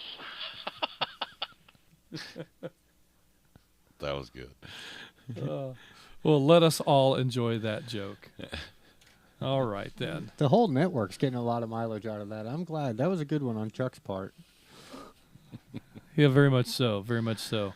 So, yeah, and I guess to tell the story, for the Dalton Ham Fest, they were offering amateur radio testing. And the test location is at a restaurant, and that restaurant offers a buffet. And so I had jokingly indicated that if you pass your amateur test at the restaurant, then you can get a free salad with a buffet. And as most of us know, the buffet comes with the salad. So, but Mike didn't see my joke, and I guess he was excited about the fact that he had passed, and so he went right up to the cashier and waved his the 605 form at the cashier and said, "I passed. Do I get a free salad?" After having ordered his buffet. And she didn't know what the form was or anything about a free salad, but he'd ordered a buffet. So she was very confused look on her face, wondering why he was asking a free salad when what he ordered came with a free salad. Right. While there's about 15 people in line behind us, and now he's holding up the line asking for a free salad that comes with his meal anyways. Because everyone else wants a salad.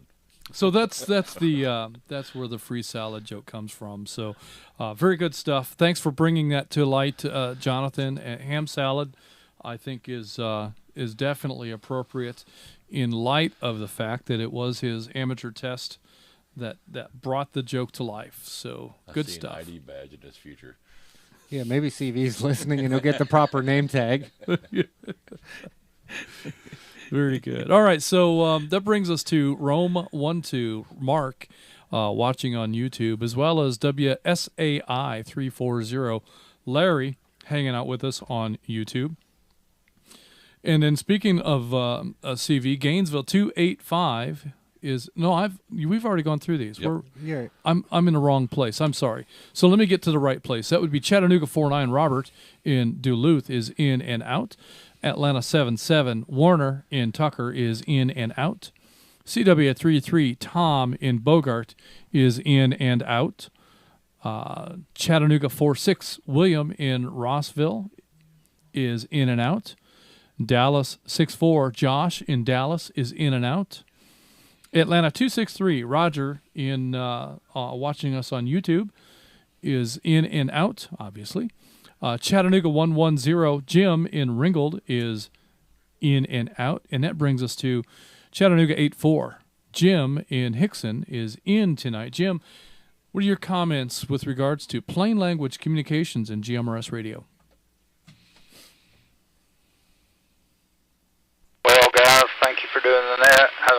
if there's much more I can add to it or not. I appreciate the plain language. We do have a lot of codes on the ham side, and it gets a little confusing. But and I hear the 10 codes on the network, on the GMRS network from time to time, but I think it just takes a little time for them to get acclimated to it because of where they may have come from. And yeah, I'd just be patient with some of them that are just new because they don't know, and it takes time to learn everything. Back to net. Well, and that's a valid point. And I'll tell you, Jim, there's been a handful of conversations that I've had with folks, and just in face-to-face conversations, you'll hear terms like Roger and affirmative and things like that in 10-4. And some of that stuff has just become so ingrained in some of our minds that we don't even realize that we're saying it. So there is a degree of it's just going to happen, and it's not meant to be used as a CB term, or it's not delivered in that way. That's not the context of that conversation. So there is an element of that, and I don't know that we'll ever completely escape that, and I don't know that we have to.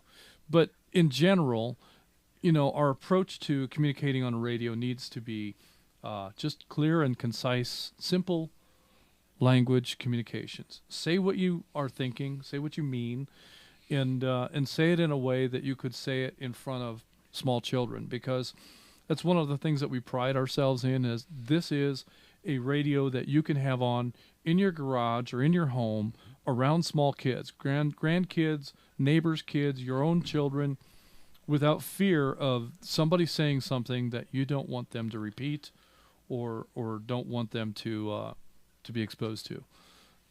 Well, we've achieved that in this network, and it's not something that we have to beat into people or force into people. That's already kind of the nature of this network, and I very much appreciate that, and I want to encourage the continuation of that. And I don't know that occasionally throwing a 10 code out there is really harmful, but we want to be careful that it doesn't become something that is prevalent in the communications. For example, here's something that recently came up. Until a couple of months ago, I never, ever, ever heard anybody say that they were on-base monitoring. Never have I heard that until just a few months ago. So now on-base monitoring has become a phrase, a catchphrase that has just many handfuls of people are using that phrase. Somebody had also mentioned another phrase, clear on your final. I think it was Jonathan mentioned that. Mm-hmm. I never understood that. Clear on your, are you clear or not? What does your final have to do with my being clear on the air? So if they don't final out, you're never clear? Right. Why am I conditioning my radio status on somebody else's operation? That's silly, and it's relatively meaningless, and it's unnecessary. Okay, do it if you want to, if you really feel like you need to. But these are the kind of things that just, we don't need that. It's not moving the conversation forward, and it doesn't make brand new users feel like they can just jump in on a conversation. It feels like what does that mean? Clear on your final. I've been doing this for years, and I still don't know what that means. You can try to explain it to me, but I'm pretty sure I'm not going to get it. Well, I mean, it's like when someone answers a radio check, you're 5x5 Lima Charlie. That new member has no idea what you just said to them. I saw that once in Tom Clancy movie. That's it. It's just say you sound good. You're clear. Right. I mean, that's it. So that's just, these are some of the things that we're trying to get past, and want to try to discourage those kind of phrases and terms. And like I said, some of it's going to happen just because it's part of the conversation. And I'm not saying that we have to, put a nail in that and knock it down. Just don't let it get out of hand. Kind of like the on-base monitoring has. You know, it's just silly. Are you monitoring? That's fine. Okay, that's cool. Now that I know that you're monitoring, if I'm in a position where I want to make a call out on radio, I know that you're there and I can call on you. So that's really all that I need to know. Whether you're on a base or you're mobile or you're flying a kite really doesn't make any difference in terms of whether or not I'm going to call out to you. I mean, that really shines when you're given a radio check. Yes, I'm on my base, so I give you a good, clear signal. If you have a clear, good station or an HT, right? So that's where that comes in. Sure. Well, and there's validity to that with a radio check to know the kind of station you're operating from, and when you're asking for a radio check, if you're mobile or if you're on an HT, that can have a lot of relevance to the answer that you get, because if you are booming in crystal clear and you're banging out 50 watts on 30 feet of tower and you're 2 miles away from the repeater, if you don't sound good, there's something seriously wrong with your station. Where do you cache a radio check? At the radio bank. Is there one around here? No. Oh. Nowhere around here. But yeah, I wasn't been told the bank was closed. That's generally what I'd say. But yeah. So okay, so where are we at? Let's move on to our next call. That'd be Noonan 120, Carmine in Fayetteville. You got any comments about plain English on GMRS? Gary Davis must be having a good time. He checked in twice. 120, you read me?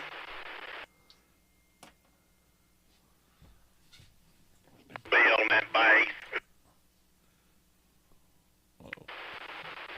Yeah, I'm on the base. 120, yeah, about the English, I picked up, I'm guilty of saying on the base monitoring, because that's what I've heard quite frequently since I've been on here since November. Didn't know that was not proper.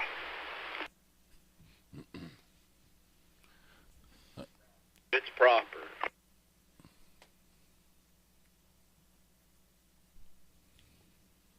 It's proper. It's not that it's not proper. It's that it's just a phrase that's not used that often until here recently. The issue is just simply that it becomes one of those catchphrases that people feel like if they don't understand what the lingo is, then they can't be a part of it, and it's a barrier, and that's what we're trying to avoid here is we don't want to use these catchphrases and this lingo because A, it's unnecessary, and B, it serves no real purpose other than it makes it more challenging for brand new users to be comfortable coming on the air. Like you said, you can say you're monitoring. Absolutely. No worries with that. So, and I'll tell you, the way that Carmine says it, typically what he says is, I'm on the base and I'm monitoring, which is entirely different than on base monitoring, which was the catchphrase that came about here recently. That's been repeated over and over again.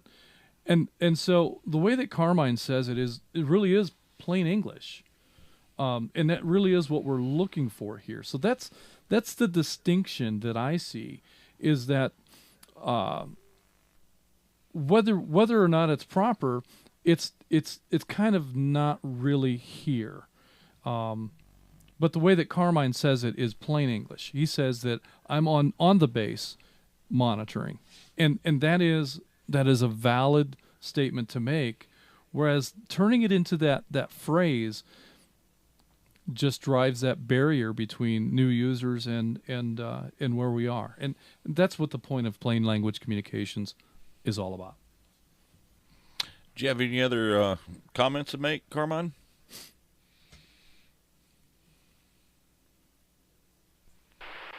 No, I don't have anything else I want to add to that. I think a lot of topics and issues have been covered so far.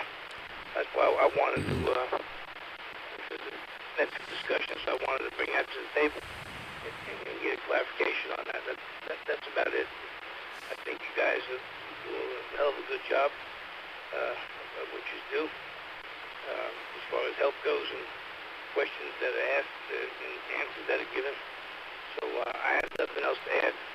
120 with a clip. All right.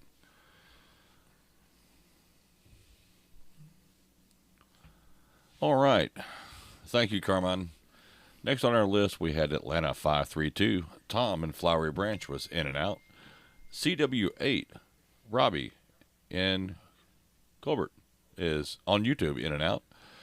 Atlanta 260, Carl in Dawsonville is in and out. Then we had two guests. WRQC 947, Barry in Central Kentucky on YouTube, glad to have you with us, is in and out. And then we had WRQD 950, Donnie, guest also in Virginia on YouTube, is in and out.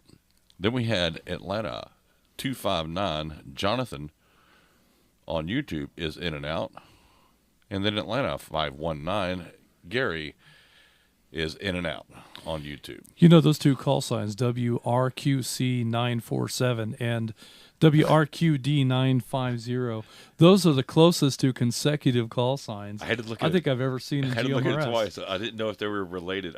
Right.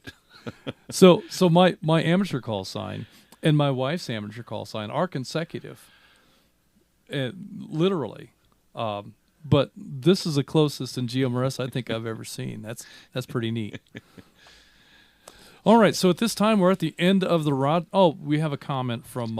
Let's go ahead and go to Eric because I think he probably meant to check in. And did That's exactly what happened. He meant to check in, but we got it marked as in and out, and we kept moving along. All right, so let's go to Cades Cove 80. Eric in Rockwood, and let's see what Eric has for us this evening in plain language communications. Go ahead, Eric. Almost too early. It's all right. Hey, I appreciate it, guys. It's Case Cove 80. Yeah, I meant to check in, but I was out of the car, and Renee done me by relay, not know. So the only thing I wanted to say was, well, a couple of things. You know, when I get in the car and I start down the road, I'll grab the mic and I'll give my call signs and tag number and say I'm mobile. I hear a lot of guys saying that they're mobile and monitoring.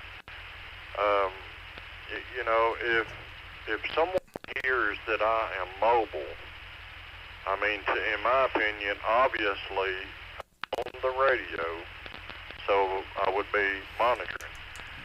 That's the only reason I say, you know, mobile rather than mobile and monitoring. And clear on your final. I heard you talking about that a moment ago.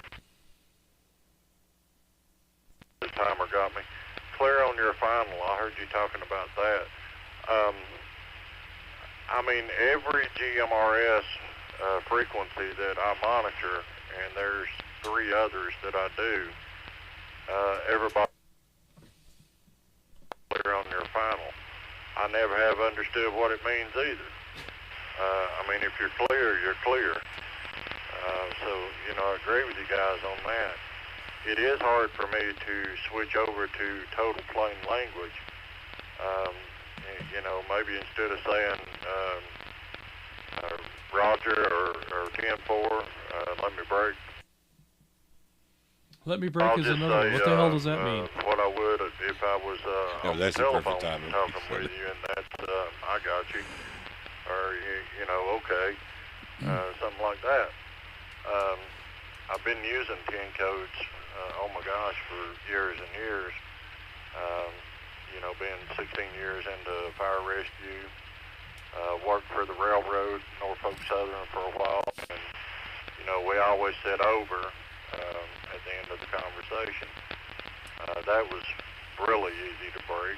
I never understood that phrase on the railroad, but you're right, there are a lot of phrases on the railroad that people wouldn't understand. So yeah, I personally appreciate the plain language. Just forgive me. Let me break real quick. Just forgive me if I do say 10-4 or Roger or something like that, because I've been saying it so long. Affirmative also is something I've been saying, but I try not to use. Good net, guys. I appreciate this net, this conversation, this topic. It's a really good one, especially for our new members. Cage Cove 80, back to net control.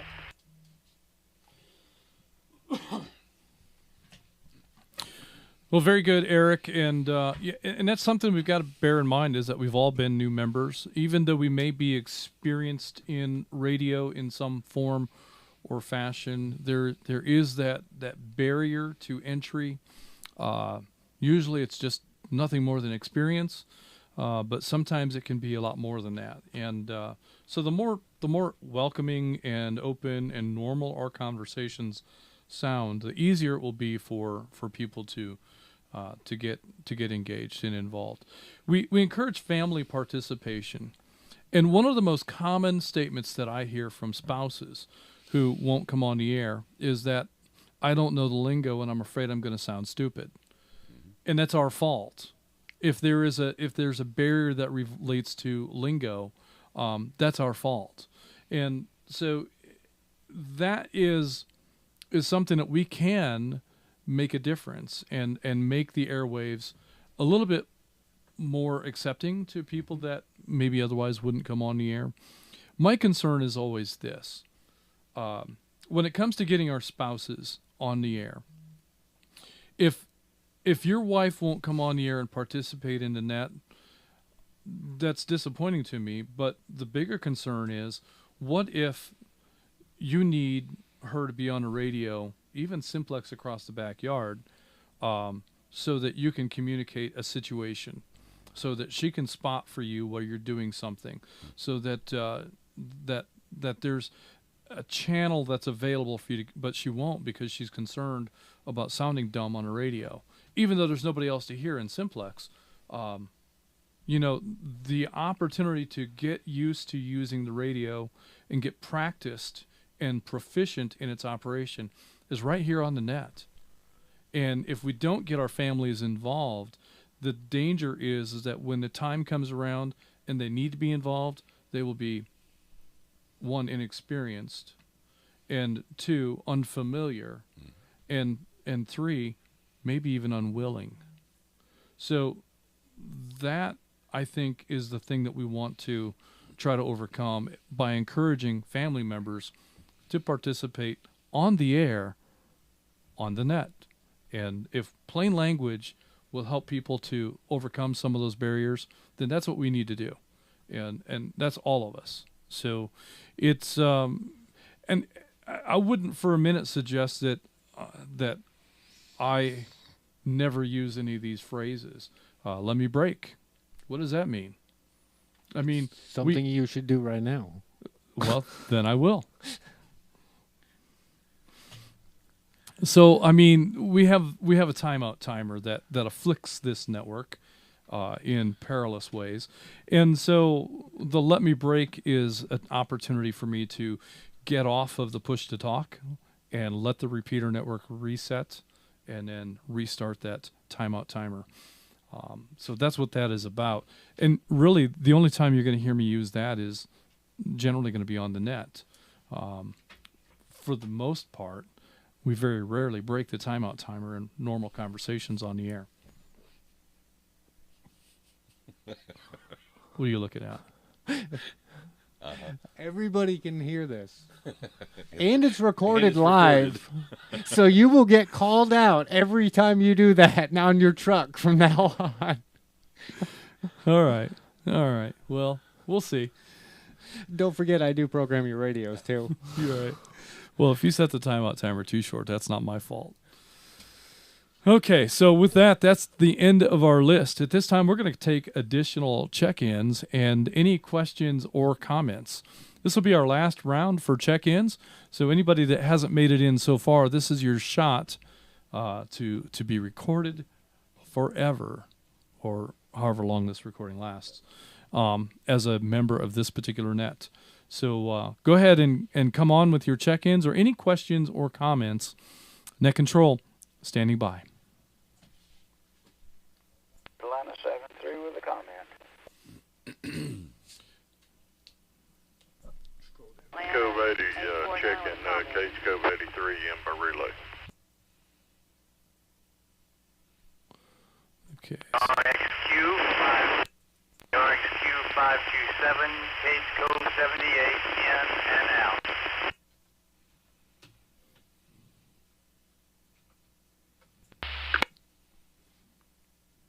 35, WSA Oh. 606, checking Can't be in in. the same field. So we have. What are you looking for? This is Scroll down there at the bottom. Atlanta 102, WSAM 231, just checking in.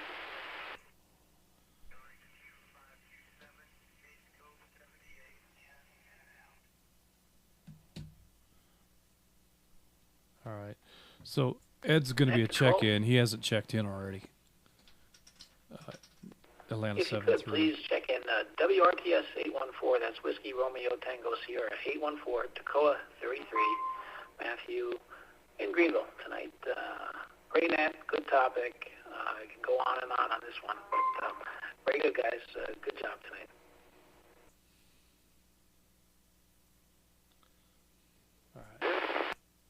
I'm going to put Ed up in 75. He's on 70. I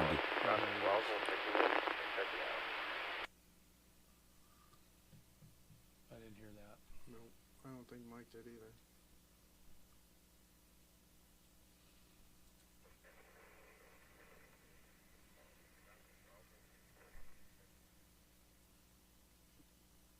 Zello and Mike both caught Scott and Roswell. That's all we know. But isn't there like two Scotts and Roswell?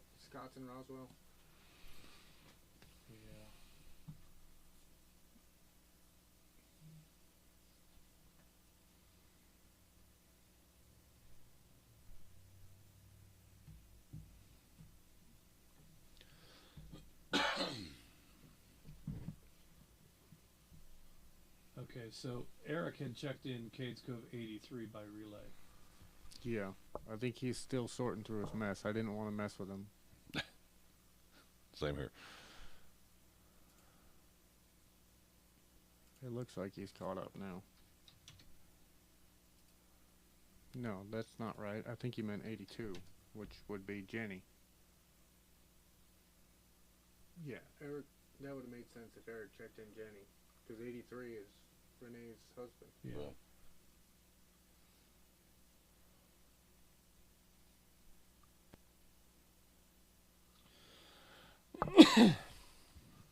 So we got that Scott and Roswell that we don't know what it is, which is why you got two lines. All right, let's go ahead and acknowledge what we have here. We have Chattanooga 179. Brett in Chattanooga is a YouTube check-in. We also have Atlanta 73. Ed in Lawrenceville is in with a comment. Of Cades Cove 78, Charles in Knoxville is in and out. CW5. Cynthia in Comer is in. Atlanta 102, James incoming is in. Tacoma 33, Matthew in Pickens. I heard him say that he was in and out. Commented that he enjoyed the conversation tonight. Also, we heard a Scott in Roswell. Had a rough copy on you, Scott. We did not catch your TAC number. So when I break, I'd like for you to come back with the rest of your check-in. And Eric, I heard you check in by way of relay. I heard you say Cades Cove 83, but we think that you meant Cades Cove 82, Jenny in Rockwood, in and out. So correct me if that's incorrect, but I think that's what you meant. And then comments from Atlanta 849. So we'll come to you here in just a little bit, Pamela. Where are we at here? So we're going to go to Ed in Lawrenceville. Hey, Atlanta 73, go ahead with your comments. Plain language communications. Well, I think we pretty much beat it to death tonight. but we need to go back and realize where this service came from. Now, it's been in existence for some 45 years. It started off as Class ACB, if that gives you a hint. Most of the people that got into it to start with were public safety or public service. And you might want to remember that it was only 2 channels when it started. It has evolved immensely.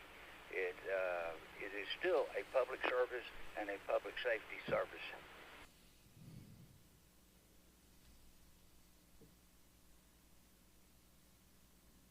I'm not sure what the point was. But we are not.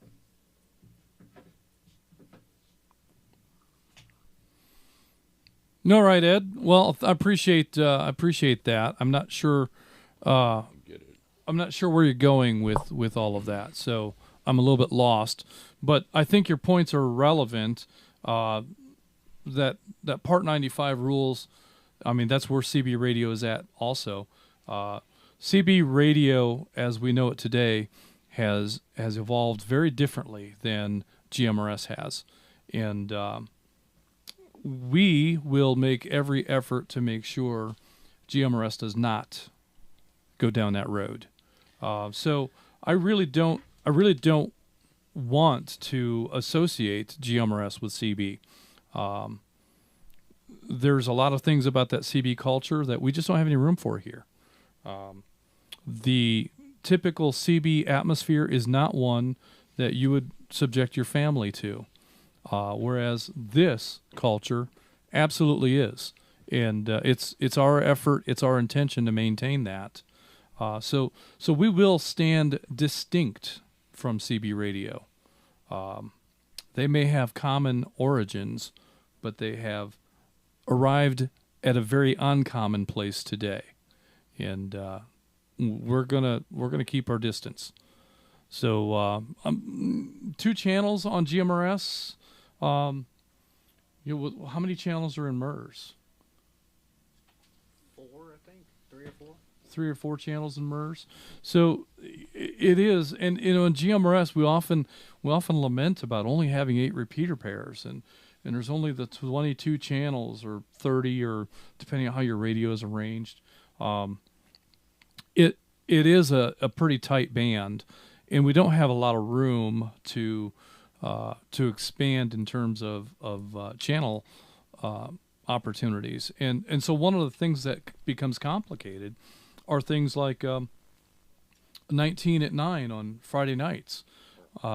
Monitoring channel 19 around here isn't easy to do because that's also a repeater output, and so any repeater activity will interfere with your efforts at making simplex contacts.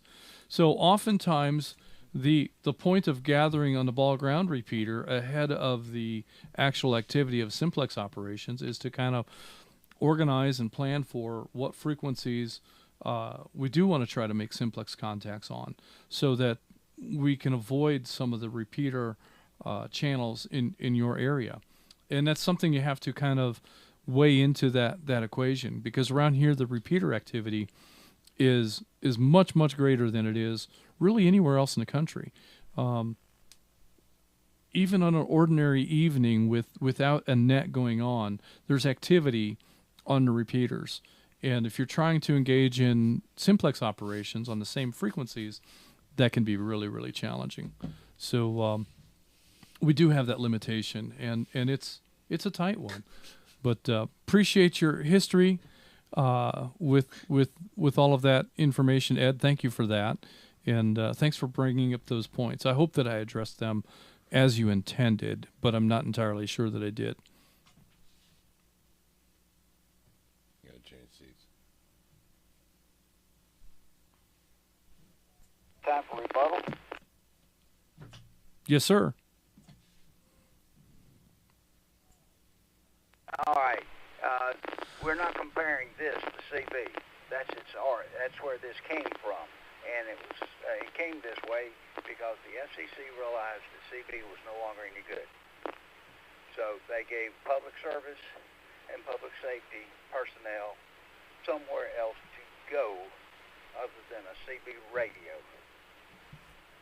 The codes and lingo, etc., are all derivatives from that, and they have pretty much been filtered out over the years. We now have 8 pairs. We have a bunch of codes. When I say codes, we have a bunch of different ID codes for each frequency, for each channel, etc., etc. But this is still, for the FCC, this is still a public service and a public safety network when it needs to be. That's all we need to know.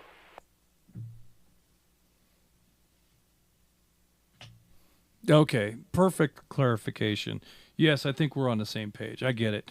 And yeah, the FCC does designate this as a public service and a public safety network in instances where that's required, but the best way to utilize this network as a safety network is to be familiar with its use and its operation, and to know what the capabilities of your radio are.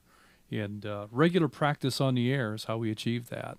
So very good stuff.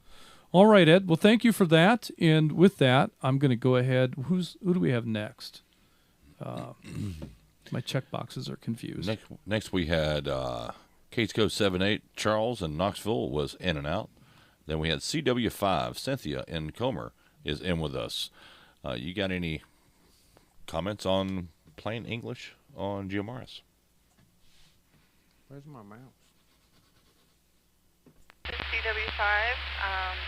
I was kind of late coming into the net. I had another group meeting, but it's applicable because I appreciate the topic, and since I am a new user, I'm listening to get the lay of the land. I'm listening to how people talk, and I'm obviously going to emulate it if I feel like that's the proper, language to use. So, you specifically stating that plain English is the appropriate language is music to my ears, because I can handle that. I don't come from a military background. I don't know anything about CB. I'm not a ham, and I don't have any. I'm a blank slate. So the clarification is very helpful to new users. I commend you on making that clarification, just in general. So let me pause for a moment.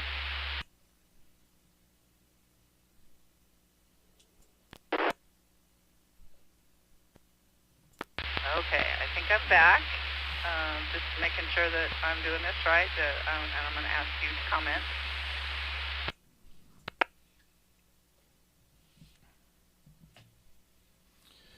And that's perfect, Cynthia, because as a new user, you are the target here. You're the kind of person that we want to come to the network and to be on the air with us. And I mean, obviously everybody is welcome here, and at least I hope that's obvious. There are people that have experience in radio. Some are amateurs. Some have a CB radio background. I've been a truck driver, and I've used CB radio. I've been away from it for a very, very long time, and I have no interest in going back to CB radio for a lot of reasons. But yeah, you're the perfect target of the kind of person that we want to bring on board with North Georgia GMRS, because we want people to be comfortable in their own language and with their own conversation. So obviously we have a couple of barriers. We have the FCC call sign. We have to give an FCC call sign. And that can be intimidating just by itself to know how to say your FCC call sign and learn how to do it. I mean, so many of us say it like it's our name because we've said it so many times. But when you're brand new, that can be that can be kind of challenging. And then sometimes we hear people say it phonetically, and so it makes us wonder, well, am I supposed to be doing it that way?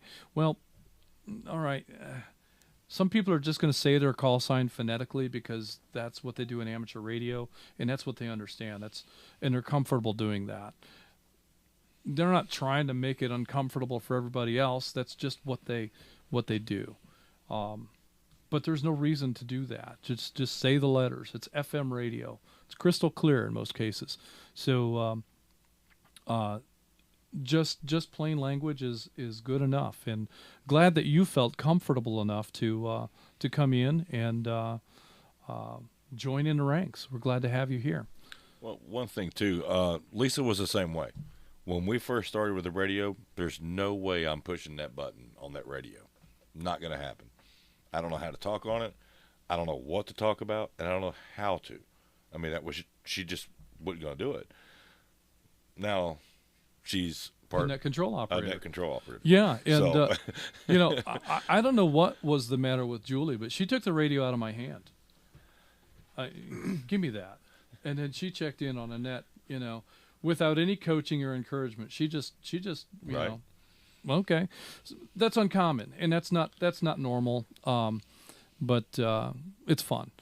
So glad to have you along, and hope to hear many more comments and questions as you come along and as you grow up in radio.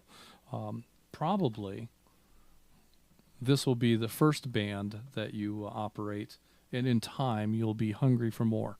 So glad to have you along, Cynthia, and good stuff. Next we have Atlanta 102. James incoming is in with us tonight. James, do you have any comments for plain language communications?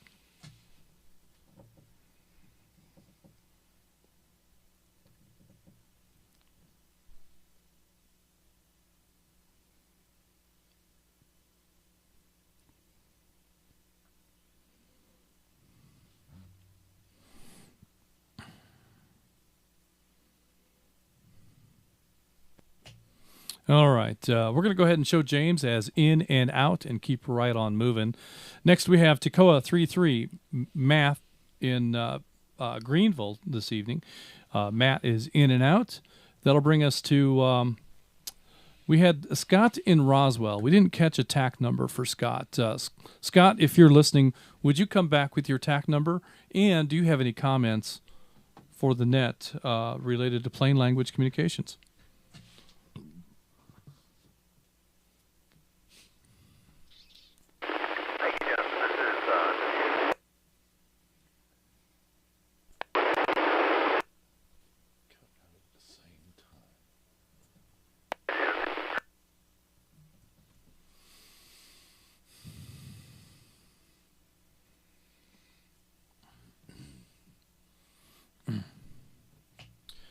Unfortunately, Scott, we weren't able to copy that. What time were we at in the playback there, Jeff? We are at 2 hours and 18 minutes, 2 hours and 17 minutes when he first keyed up. All right. So Scott, if you'll go to the YouTube channel and zip forward to 2 hours and 15, 16, 17 minutes, you'll hear what we hear, and we'd love to have you in the log. Well, we're going to keep you in the log.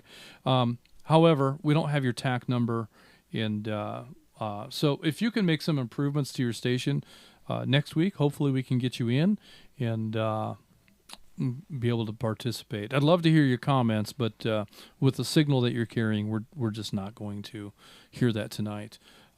Next in the log, we have Cades Cove 82 Jenny in and out from Rockwood, and that'll bring us to let's see. Looks like Eric has another comment. Cades Cove 80, go ahead.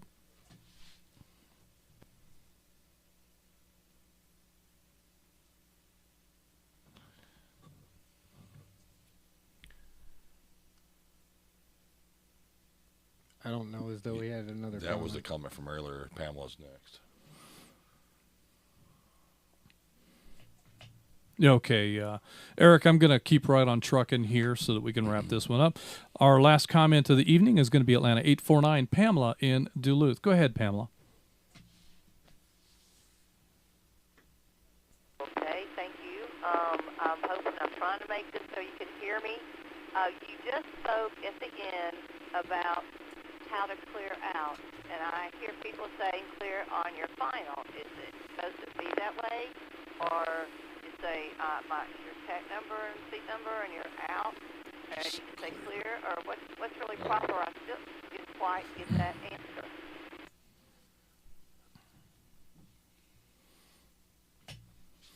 Well, Pamela, I could ask the same question. I have no idea what that means, clear on your final. So if I'm clear on your final, does that mean that I'm not clear until you are? And why would I want to subject myself to that obligation? I don't understand it. I really don't. When you're clearing the frequency, all you're doing is indicating that you're finished with your conversation and you're finished with the airwaves. You're making them available for anybody else that would like to use them. So just your call sign and the word clear, I think, is enough. You could say, I am clear for now, or I am signing off for now. Plain language is really something to indicate that it is your last transmission. You're finished. Right. And unless somebody calls you again, you have no intention of coming back on the air. So that's just clear on your final is one of those phrases I've heard from the beginning and never have really understood. And I've been, in terms of GMRS as a user here, I've been here as long as most, not as long as all, but longer than many. And so I still don't understand that phrase. So if you have a better understanding of it, then you could try to explain it to me, but I'm pretty sure I still won't get it. Does that make sense, Pamela? Yes. Just clear in your sign. You're clear. You're mobile, or you're listening on the side. Somebody else can come in. I understand that. I appreciate that, and thank you again for the topic. Okay.